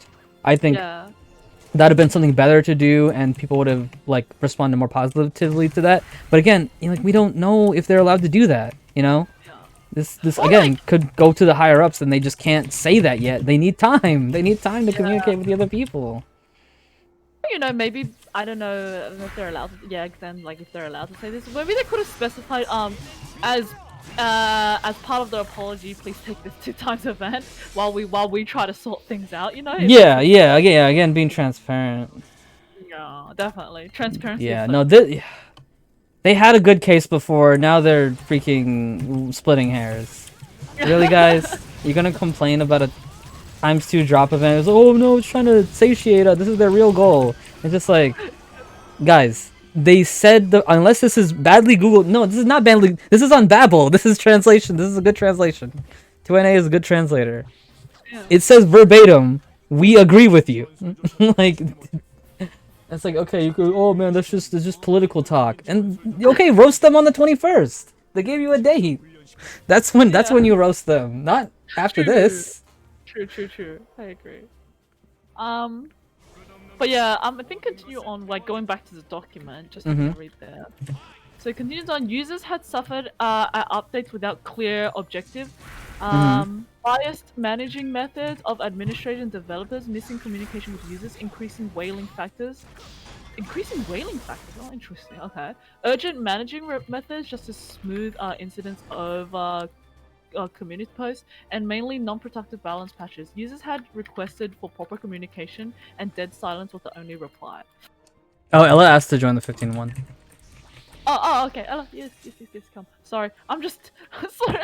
Multitasking is really hard for me, so I'm being very anchor in this dungeon right now. Oh, okay. But yeah, wait. I'm very interested about like the bit where he wrote about increasing whaling factors. Yeah, I'm just not sure. I think as a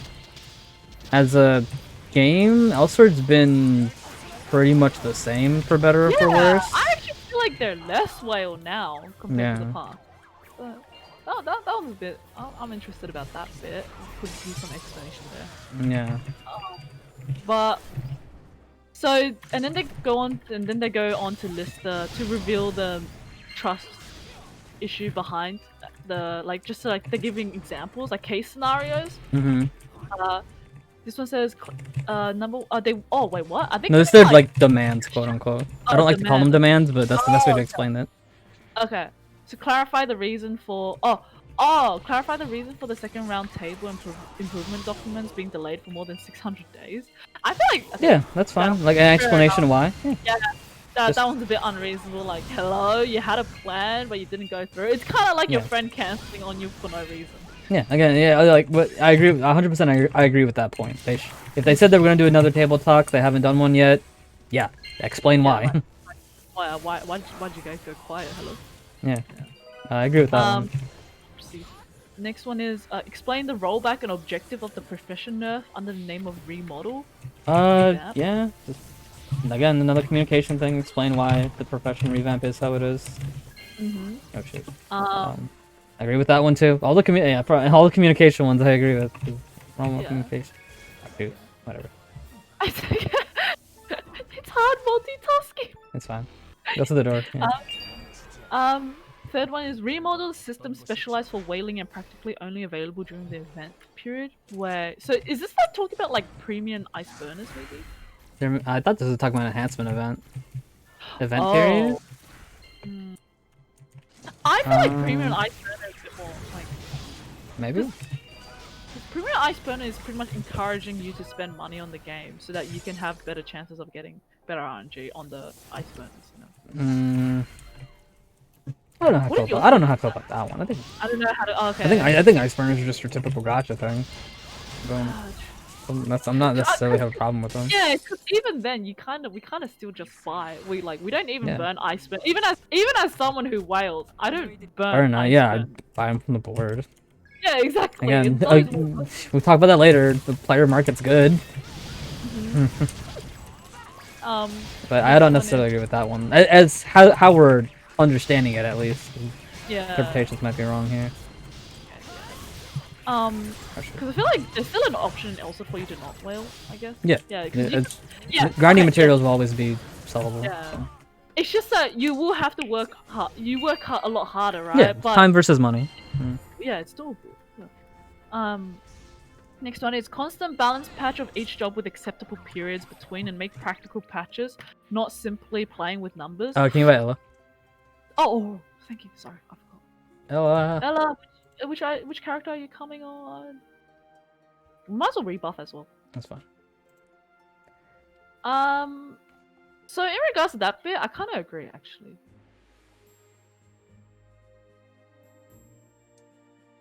Okay. Sorry. Yeah.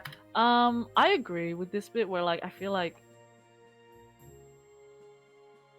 Cause like, for example, with Genshin, right? They pretty much do a big patch. Oh, they kind of do like a revamp patch not revamp patch. They do a balance patch every month. How often does Elsa do balance patches? What, Genshin? Yeah, Genshin. Cause you know how like with each like new patch, like 1.4, 1.5, they usually bring like new character changes and any. Do they really? Balance. I haven't. Yeah. I don't remember many except for Zhongli. There's Zhongli, but like even with the 1.4, there was some character balancing as well, like changes or something. Okay.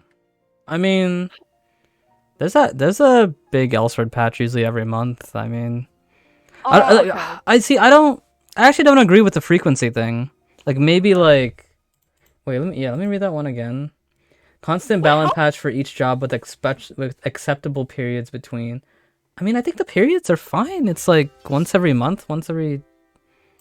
Okay, then I think that's around the same time as Genshin, because Genshin, even Genshin, they just still like even though they have no character, they still like every month every patch there's always some sort of character, little slight character changes. Yeah, I don't agree with the frequency. I think the frequency of our patches of character balances are fine.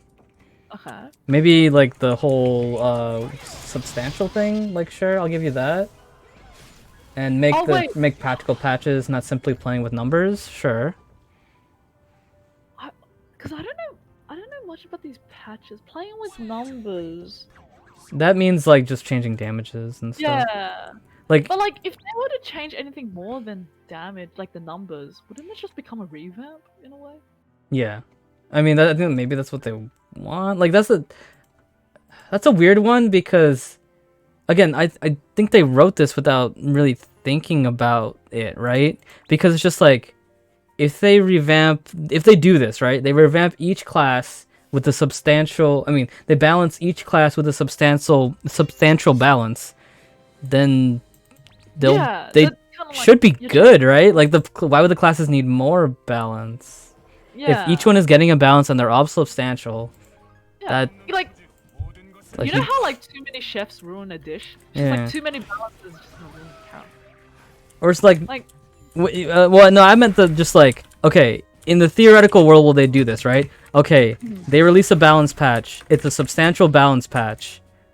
Why would they need another one after that? Like, if it is substantial, Need players to get used to it. But I guess if it's like if it's just like small things like max up to 3, and then you should be good at that point. What else would you need if they're all substantial?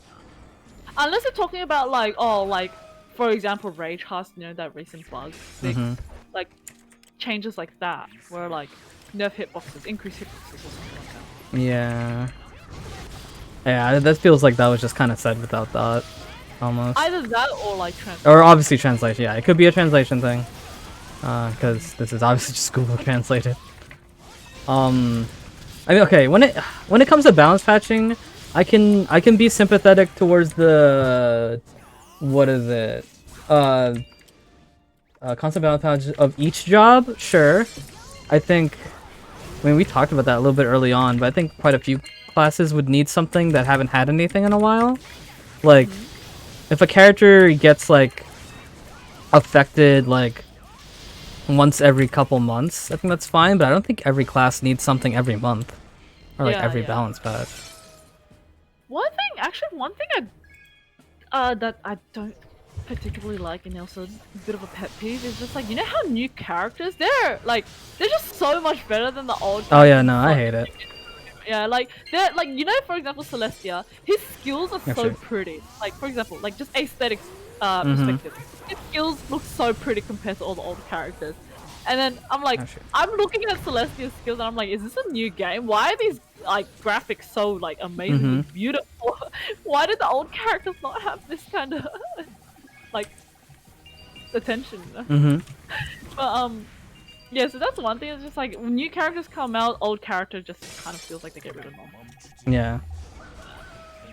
Oh, shouldn't have a weekend there. But yeah, that's one thing. The next point is remodel lack of content of the game and entry barrier disturbing newbies to stick to the game. Oh, so I think this We is talked about that earlier, yeah. Yeah, we talked about this one. I mean, lack of content. What about remodel lack of content? Don't know, really? Remodel lack of content in the game? I mean... I that's... frequently see that complaint, but...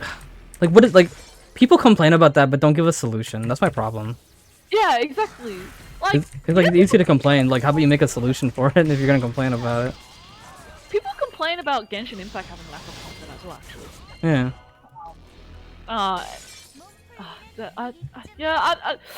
Look, also lack of content. Like, no, I mean, what, there's PvE, PvP, raid.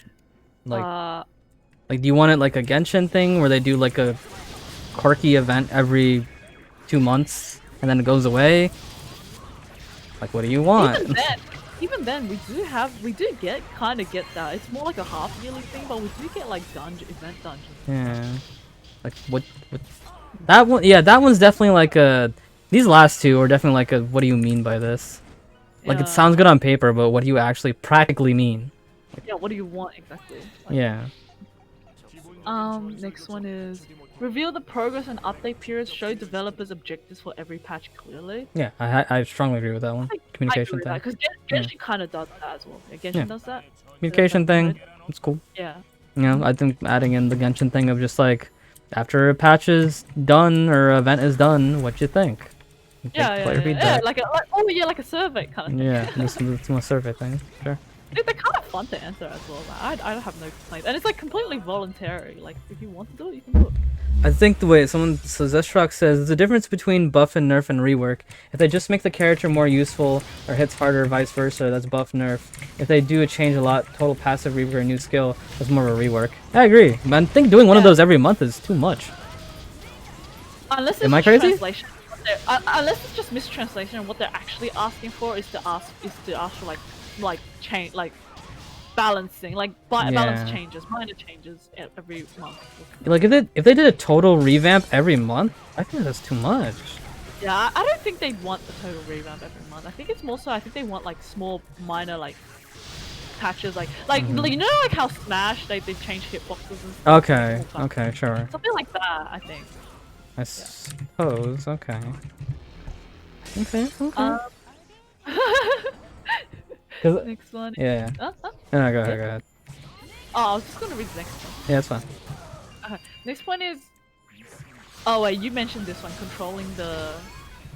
Yeah. So yeah. Read it off, because we're in order. Where did it go? Where? I lost it. Strictly punish users gaining profit unfairly by controlling the market in game and remodel the trade system and live market system. So what? Okay, first of all, how the heck do you punish people for using the market a lot and gaining profits from the market a lot? Yeah, I feel like that is not. Yeah, exactly. Unless it's a bad translation, you know, which could be a thing. This ain't. I don't think this is it, Chief. Yeah, it's like. Yeah, yeah, it's kind of like, yeah, I don't know. Yeah, man. Oh, what the? I died.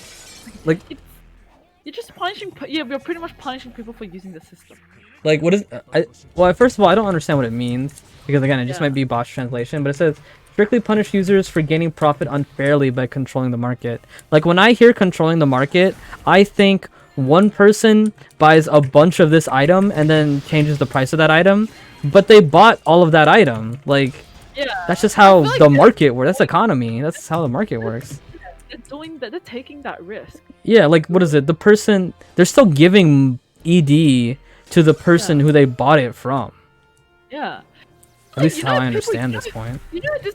uh, Speaking of, that's an actual thing that's happening recently. Is that people are buying out a bunch of computer parts, and because of that, PC prices are like super inflated right Yeah, but that's just economy. Like that's just now. economy. You can't punish like what they're gonna send report these people and get police to report people for buying out the market. Yeah, Like you can't do that. Yeah, it doesn't yeah. like even in reality it happens as well. It's just Like I'm honestly surprised this point is here again. Unless at the end of the day, unless this is just a botched translation, is not what they mean. I'm just like, did they not know how it? Elsword control like we control the market. That's not the devs don't do that. yeah, exactly. The only thing the devs control is what you can put on the market. That's it. That's the only thing they control is what you can actually put on the market. Yeah. That's it. The next bit is announce the apologies of bias management and constant problems and prepare relapse prevention measures. That's a bit that's a bit unnecessary. That's pretty unless I'm understanding this wrong, isn't that just saying like Give us an apology. yeah, announce the apologies of bias and manage. I mean the way they worded it is weird, but I think announcing an apology is fine. Well, also they did, and you guys didn't care. But what is it? The word, just the wording is weird. Just like we want Elsewhere to say that they're biased. Yeah, I'm Like, come on, guys, come on. at that point. I don't know about that point as well. Like, even if it's asking for an apology, right? Like, okay, but what's an apology gonna do? I feel like you'd rather ask. Like you didn't, yeah, oh, yeah, and they didn't like the apology anyway. So. And I was like, I don't know about that one. Glitz says, Nanisore says, wasn't there some macro botting issues with the board? Yeah. So that's something we need to consider, but I'm not sure how to consider it. So Korea's market is definitely different from ours because a lot of people, back when Halted Sun was a really good place to grind for ED, botted the heck out of that dungeon with just a code Sario. And so ED and KR is super inflated, but that's not that's a player thing. That's the players that did that. And wasn't it because of what the players did? They had to nerf Sariel because. Yeah, they had to. Yeah, the first of all, they had to nerf Sariel. Second of all, they created new systems to drain ED out of us, which really sucks for the NA server because we never had botting. Yeah. So that's why. So if anybody was wondering why Reforge costs a lot of ED for each click, that's why. Because these KR players botted the heck out of this dungeon, so they had to decrease the ED flow. In some of these management issues, you can actually pin a bit of the blame on the players for trying to like find like ways to like exploits. Cheese the system, exploits and cheese the system. Like, Yeah. KG does have their faults, but players. Yeah, they have their faults for sure. Yeah, but let's stick to their faults, not like things that aren't their fault, like or things they had to do because of what players did, like exactly. Definitely agree there. Like yeah, that's why I'm on the fence. That's why I'm on the fence so far with this document. It's just like a lot of these things I agree with, especially when it comes to the communication things. But a lot of these things I just can't agree with, like the market thing. And it's just like, yeah. What else? There is because I'm with people when it comes to like, yeah, man, the small guy going after the big company, like, you know, big company greedy, we got to take them down. Like, okay, yeah, that's cool and all, but let's have some logic here, you know. Give me strength. Oh, someone hosted. Like... Briss, thanks for the host, my dude. Oh, hello. Yeah, we're just talking about actually, yeah, for those that just came, we're just really just talking about the recent KR controversy, the Korean server controversy in Elsword. Yeah. If you're interested in that, feel free to put some input as well in chat. But yeah, I think that what were we saying again? Oh crap! Yeah, I lost my train of thought too. Just restate the current, I guess, point. Yeah, so the current point we're talking about was the strictly punish users getting profit unfairly by controlling the market in game. Oh wait, no, that And was then that was previous. yeah, we went beyond that. Announce the apologize, bias management, and constant problems, and prepare release prevention measures. Yeah, it's just like No, it's not. yeah. It's not Korean players' fault. I'm saying that like Korean players are fault for some of these things. Yeah, like not all of them, obviously, just some of them. KG does some like pretty dodgy, like what the fuck are you doing kind of shit, yeah. Yeah. But can't pin all the blame on the company. Yeah. Like we have to try like kind of like both parties got to work with each other. Because the people. Yeah, the people just entering now and confused. So we were talking about the reason why Reforge, for example, the cost is really high on the ED is because KR had a botting incident where players would bought the Solus dungeon with Sariels and just so the ED market got inflated with so much ED. So that's why they had cost so much ED, because they had to reduce how much ED flow was in the game at the moment. That's not on KR, that's on the players, because the players are the one who bought it. Yeah. That's the specific answer we're talking about. Specific example. Money? I mean that's how some games work, where it's the player's fault, not the company itself, and people are still trying to make that they allow us to do this, so it's on them. That's so dumb. Yeah. But what was it like? What is it's the common psychology question. You know, who's at fault for like them being robbed? It's like, oh, it's your fault for not having enough security. You know, kind of thing. In video games, some players can be a bit of a Karen, where they think customers are always right. Right. It's just like, well, they deserved it because the company's bad. It's just like, all right, guys, come on, really? Like, we abuse some company. Yeah. But another thing I was talking about, just so we can give a little bit of an explanation, is we're going through the document and going through kind of like the things that they want to happen, and a lot of the things we agreed with when it comes to the communication, like explaining why they did each of the patches that they did and explaining why they made the certain balance patches that they did. And then the things we've disagreed with so far is the thing about the market, like punishing people for abusing the market, or because the reason we disagreed with that because the devs don't control the market; it's the players that control the market. Yeah, I feel like if anything, they should just be angry at the people who are the people who are buying out the market. Yeah, that's who you should be angry. That's economy. Is how economy works. Yeah, people only think about it's to be like that. Because that's my problem, is that KOG has problems, but let's focus on those problems so these other things that aren't even problems don't get don't drowned out. Yeah. And the communication is like the #1 thing. Definitely. Don't get angry at someone that communicate. Oh, come on, Fizz. The other point is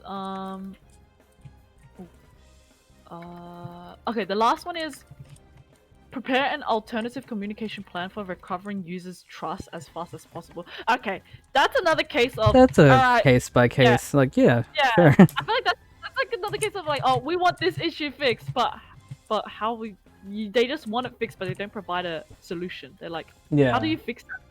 Like, the only way to like, I think, build up a trust again is to just like do the right things, like do things that make the other person happy. Wait, which one did you just read? The last one. Oh yeah, prepare an alternate communication plan.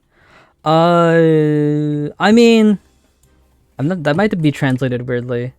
Alternate communication plan.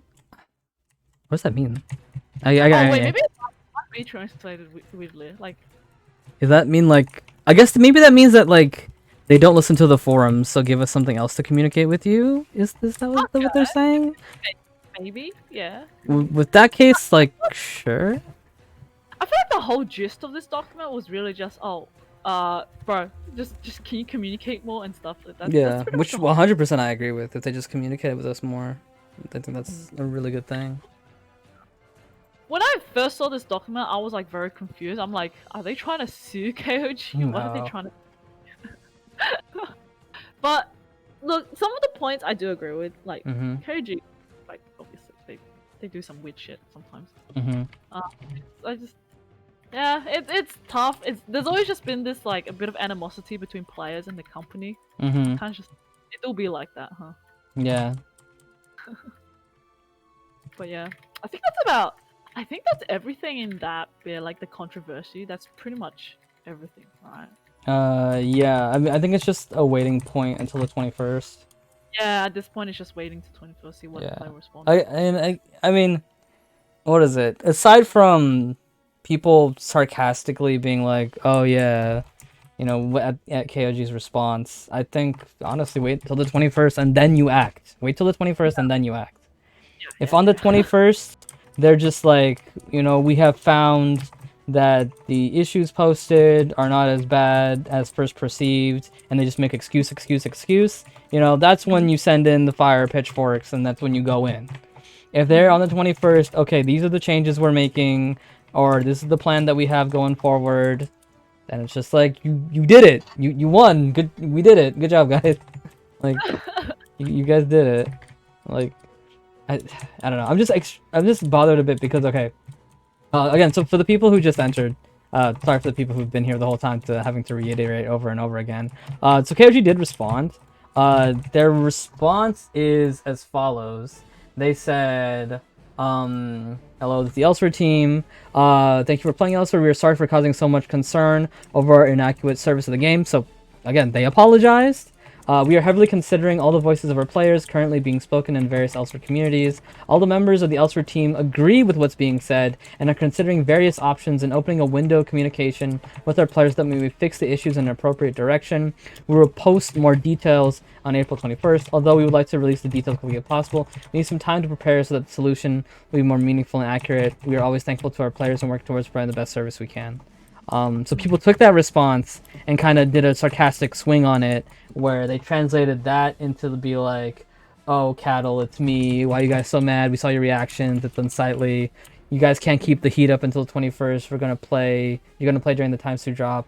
Yeah, just taking that response and being sarcastic about it and be like, "Oh, you guys don't genuinely mean that." Yeah. And I'm just on this side, just being like, guys, they apologized and they gave a date. You be toxic on that date, or if you don't like the response, like don't be toxic after you got what you wanted. Like, you got a response. Like, you did something, you protested, and you got a response. Like, at least like, this is when you wait. This is when you wait, and you're just like, okay, ball is in their court. Like, the ball is in their court right now. Wait till they respond, and then you can respond. Yeah, definitely. Yeah. Now you just seem like, I said it before. It's just like, before you seem like you're fighting for the people. You're fighting for like justice and all that. Now you just seem like a hole. You just seem like a jerk. Wait till the 21st. That's all I'm saying at the end of the day. Just wait till the 21st. See how they react and then respond. Because your voices were heard. Yeah, I wonder. Like, I feel like it's usually. Okay, I'm just curious about international communities, right? Does the international community hate KOG as much as the Korean community does? I mean, I think we don't like KOG more in a jokey way. Because, like, I think someone mentioned it. Like, I feel like people may be more heated over there because they know that they have a... Maybe, what was it? They have a better chance of their voice being heard. Maybe? Like, maybe... Oh, true. Yeah, true, maybe we come at it with a mindset of just like, okay, no matter what I think or say, nothing's gonna change. So we don't try to change anything. That could be it. That could be it. I don't know. I agree. I think it's part of the reason. I feel like it's just like... I feel like to some extent... when it comes to Elsa, the opinions of the international community, do you feel like they get a bit left out? Or, I mean, I think that just naturally is gonna happen almost. It's because it's a Korean MMO. Because no, because they're separate servers. Okay, yeah. Yeah, I think like, what is it? Okay, in a game like, I know we're referencing Genshin a lot just because it's the current game. In a game like Genshin, everybody has one Genshin. There is one Genshin. You play on different servers, sure, but it's still Genshin. When I get an update, like when China gets an update, my update isn't too far behind. You know what I mean? Yeah, Like, yeah. It's only the only difference is just the time zones. yeah, the only difference is the time zones. With Elsword versus Elsword KR, the distance is a lot more. They're almost completely, not completely different games, but they're very different games because Well, they're managed under different like. yeah, and they're managed. Yeah, they're exactly right. So they're managed under different people. Because I think that's one thing definitely that we do is I think are very sympathetic towards our NA devs. Yeah. Like I almost will 100% say that we like our devs a lot more than the Koreans like their devs. Yeah, definitely. Yeah. I think it's also it might also be because of the fact that our community is a lot smaller compared to the Korean community. So Yeah. we get to know we get to know the people who manage our Mhm. development a lot better. Yeah, yeah. Oh, yeah, that's so true. Like, that's actually so true because, like, you just think about, like, we've seen, like, plenty of GMs on, like, live streams and stuff like that. Yeah, And things like that. And, at the end of the day, we can also always be like, okay, whatever problems we have with the game, it's not the NA dev's fault. Like, its fault just gets rolled down. Or whatever. For better or for worse. Yeah. So, I think that's why. Yeah, I think like you know what I like about our GMs is that they have a lot of interaction, like GM Yeah, GM yeah. back in days, like so many tournaments with the community and stuff. I really like that aspect. I Mhm. wonder if Korea server has these kind of events. I mean, not so much as I've seen on Twitch or YouTube. Yeah, same. I've never seen either. Yeah. And I've never even seen clips on YouTube either. But Yeah. I mean, again, I think we've mentioned it a lot, and I think that's what it comes down to is communication, communication, communication. Like, yeah, if they're doing these strange things, but they told us why they were doing them, and I think that's gonna solve a lot of problems down the line. yeah. I think, for example, like Genshin, for example, you know how they do the live streams, and they actually get the like people who, Yeah. well, not really developers, but they're not developers, but people who work on the game, like the voice actors, to present the things. It's like it's kind of got that bit of connection. It's kind of cool, I think. Yeah. Mm-hmm. They try to communicate the best, like what we were saying before. Like after every event, they give a survey, so like. At least you have the feeling that your voice is being heard. And a lot of the changes that they've done definitely are based on it. Like even the small changes, like something happening recently is we're getting a teleport point to a part of the map we never had a teleport thing next to. That's something that's said from the community a lot, and it's something that's happening. Yeah. If KG had a bit of that, like, bit of, like motivation to like make the community happy, it'd be so nice. But yeah, just an idea, KG, just saying, good idea. Mihoyo doesn't work. I'm joking, I'll stop. Yeah, I think that's the biggest thing. Like, yeah, that's the biggest thing is that, I hope communication gets better. And again, I mean, obviously, I don't think I have much presence or whatever in the Koreans. I think the only thing Koreans know me for is that one meme that you helped me make, because I've seen that in plenty Korean YouTube video. So I think I think that's the most like weight I have over there is that one meme video, which is fine. It's fine. Yeah, at least I know these people know me a little bit. So I don't know if people are gonna listen to this, but again, like I said before, like I've been saying, you did it. You forced their hand, and now they made a response. You put the ball in their court. You're good. This is your advantage. The ball is in their court. Wait for them to respond and then counterattack. You counterattack too soon. Just wait. Yeah. You're in advantage right now. Don't make it worse. Yeah. don't throw away your advantage. Exactly. Don't throw the game. Exactly. Yeah. But I think we've pretty much covered that topic in depth and stuff. Is there any other topic you wanted to cover this podcast? Or? Let's see.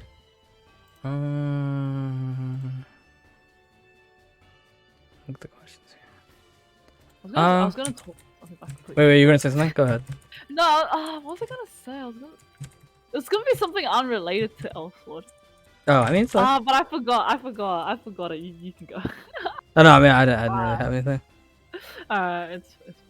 Wait, what was it? Oh no! I should have written it down. I hate my memory so much sometimes. It's okay. Any new people who just joined the chat have a question for us? It could be related to the KR thing. It doesn't have to be. It could be related to. No, you have to be related to Elsword. It could be anything. How long of a topic can it go for? Because I'm just like, how are we going for time? On the... Probably like 20 more minutes. Alright, sure. Yeah. Okay, I might. Okay. Or earlier if you need to go earlier. It's fine. Okay. No, it's just like I do have someone who needs to come in around 15 minutes. Yeah, So yeah, guess, 15 more 10 minutes. That's before fine. that. Yeah. But I think yeah, it should be fine. Okay. If I do need a dip, I'll tell you. Yeah. Okay. I mean, I did write some questions in the question channel, but it's like very off topic. It's not also related. It's fine. The question was like, if us three were to meet IRL and had to introduce one another to our IRL friends, would you introduce us as our online aliases or as our real name? Well, I'm curious about Sky's response. Should we ask next week when Sky's Yeah, well, I think we'll save that until when Sky's here. I'm curious what her response is gonna be. I was thinking about it just before I came on. I'm like, huh. If Media met my friends, how would I call him Media? Because okay, you know when I talk about you with my real life friends, I actually do address you as Media. That's fine. But I say most of my friends are in the gaming community anyway, so they get it. Yeah. Okay, yeah, makes sense. It would be my friends that aren't in the gaming community, where I guess I would think more about it. Yeah. Like for example, oh, this is Mommy Crow. Wait, what? No, well, I would never use Mommy Crow. I always say Crow. Yeah, I'd always just say Crow. It's so interesting, like the duality between like online personas and offline personas. It's just, like, it's kind of interesting. Yeah, I mean, if you want to talk about that for a little bit, like compared to like my online, I don't even know if you call it online self versus like real life self, is I let's say something that makes sense. I'm definitely a bit more social when it comes to the online stuff than the real life stuff, just because like I don't have a good gauge of people and like the things. Stamina. Okay. Oh, is it me? It's probably me. This is yesterday's stamina actually. I still have more. Yeah, I just don't have a gauge of just like, okay, what can I talk about? I don't know what they're into. But it's just like, if it's like a gaming community, it's just like, all right, I could probably talk about Kingdom Hearts, Smash Bros, or Elsword. Like, that's something to talk about, so it's good. Yeah, definitely. Okay. We need a rebuff anyway, so that's fine. But yeah, actually, yeah, I was wondering, like, do you have that, like, you active? Yeah. Oh yeah, obviously, yeah. You probably act really differently around your IRL friends compared to like. Online. That's the only. I would say like in terms of like, what is it? No, except for that initial thing. I think that initial thing is the only really thing. Is just how do I insert myself into a conversation? That that is a lot more difficult in real life, at least for my friends who aren't like into the video game scene or whatever. So aside from that, yeah, it's just like the biggest thing is just like the frequency that I talk. Whenever I do actually talk, I'm pretty much the same, more or less. Oh, okay. Yeah, it's just the frequency that I actually talk. Okay, fair. Yeah. Yeah, because I'm like thinking back to like first impression when I first met you and Kigo. It seemed like to me like because based on like the on your online personas and stuff, right? It just seemed like you seemed like very vocal type. I thought you'd be like the one who like could be able to like talk to people easily IRL. It turns out it's the other way around. Like Kigo's the outspoken one when it comes to like. Yeah, I mean he's talked about that with me before, but apparently it's difficult for him to do like online communication and things like that. It's kind of funny. Yeah. But I think it's good to separate the online. Okay, actually, yeah. Speaking of like, I was recently. I think it's a good idea to separate your online persona with your IRL persona. You know? Oh yeah. Because, when it comes to like, I guess not persona. I guess when it comes to like talking about it, I guess I would say. Like I wouldn't talk about my channel and stuff the same way I talk about you guys in my chat and the community with Elsword like I do with my normal friends that I know, even my gamer friends. Like I would like To you guys, I would be like, hey, I'm working, we're doing 2.5 crows. Like, okay, we're talking about this and this and this, and then it's just like, oh man, I'm gonna talk about this patch note, and it's like, oh, I'm gonna make a meme video. I am working on a meme video, by the way. Should be Oh, uploaded next week. It's gonna be okay. good. Okay. Okay. But like when it's like my IRL friends are just like, yeah, I make a couple videos here and there. Like this is my channel if you want to check it out, and like, that's it. Very general, very general stuff. Yeah, because definitely like. So recently I was like, oh, I was just browsing around on the internet because, you know, me being the procrastinator that I am, find like random stuff on the internet. And I heard about this like, this content creator who's pretty much like that, like the what's the word? Ambassador of like IRL streaming. Do you know about IRL streaming? What? Kind of. IRL streaming is pretty much like when you just stream about your normal everyday life. Oh yeah, I mean I've seen some of those, like Jake and Bake and stuff. Yeah, but he was like, this guy is like, he started it before it was an actual category on Twitch. Okay. And basically what happened was like, there was no line between his online persona and IRL persona, and what ended up happening was he actually, not too mad, it's Ice Poseidon. Oh, I've heard that before. Ice Poseidon, okay. Yeah, Ice Poseidon. What ended up happening was he actually ended up building a super toxic community, online community, and he'd get swatted like so often. Like he's gotten swatted over 40 times during stream. Jeez. And it's because people want to do it for the content, they think it's funny, and then like his community is so toxic that they pretty much have control over his life. It got to that point. It wasn't until he got swatted while he was on a United Air flight. He got swatted on that flight, and then Twitch perma banned him, and then yeah, I did. Yeah, you know, I haven't heard his name in a while. Yeah, that's pretty much what happened, and I'm just like, oh, I feel like. Yeah, you definitely. I mean, yeah, you definitely need separation, if not from that. Yeah, you gotta have that privacy, or else it's kind of, oh, you're kind of. Yeah. Don't live stream like every part of your life. Like, if you're doing like what I've seen a lot of people do for IRL streams, if they're like visiting a new country or something like that, they'll live stream themselves like walking around and stuff. I know Jake and Bake does that. Like, yeah, IRL streams are a bit worried. Like you get like people stalking your stream, you know, like people who like try to look for you and stuff. And also, the other issue about Ice Poseidon was he'd actually actively give his location away, and then people would just swat him. Oh, okay. Yeah, because he's. Yeah. It was sometimes people take jokes way too. People don't like the people just don't know when a joke goes too far. Exactly. Like people actually have died. Like, yeah, unfortunately, people have. It's very sad. Yeah, so it's just like, shit. Internet can be a bit sometimes. You really don't want to go too overboard with the internet. Like, what is it? Like for example, something that like in terms of like an IRL stream we've ever done. Like maybe like one day in the future we'll do like a live 2.5 crows where we're actually on screen, but like that's just a thing we are doing for a live stream. It's not our life. You know what I mean? It's just like trash taste podcast. Yeah. It's something we are doing. It's not our life that we're doing on stream. Exactly. Yeah. And definitely think that distinction. Yeah, you need to make that. Dude, I'm so down for like a in-person 2.5 crows. Yeah, that'd be fun. But after the Hot Wings challenge, I'm gonna do that too. Okay, obviously, yeah, we have to see if Sky, because I think Sky's not comfortable with showing her face on stream. Yeah, we'll have a little toy. She'll be there, be off screen. We'll have a little doll that represents Sky. Don't worry, I've thought about this. Wait, another question is, wait, Media, would you ever visit Australia? Maybe. I mean, I think if I did, it would have to be like for like a reason, like if there was like I mean, like if there was like a convention or something, it's just like okay, go here. We do have Smash convention August. Yeah. You wanna come? I mean, the Plague Part 2 is still unfortunately going on. Yeah. So that's harboring a lot of things.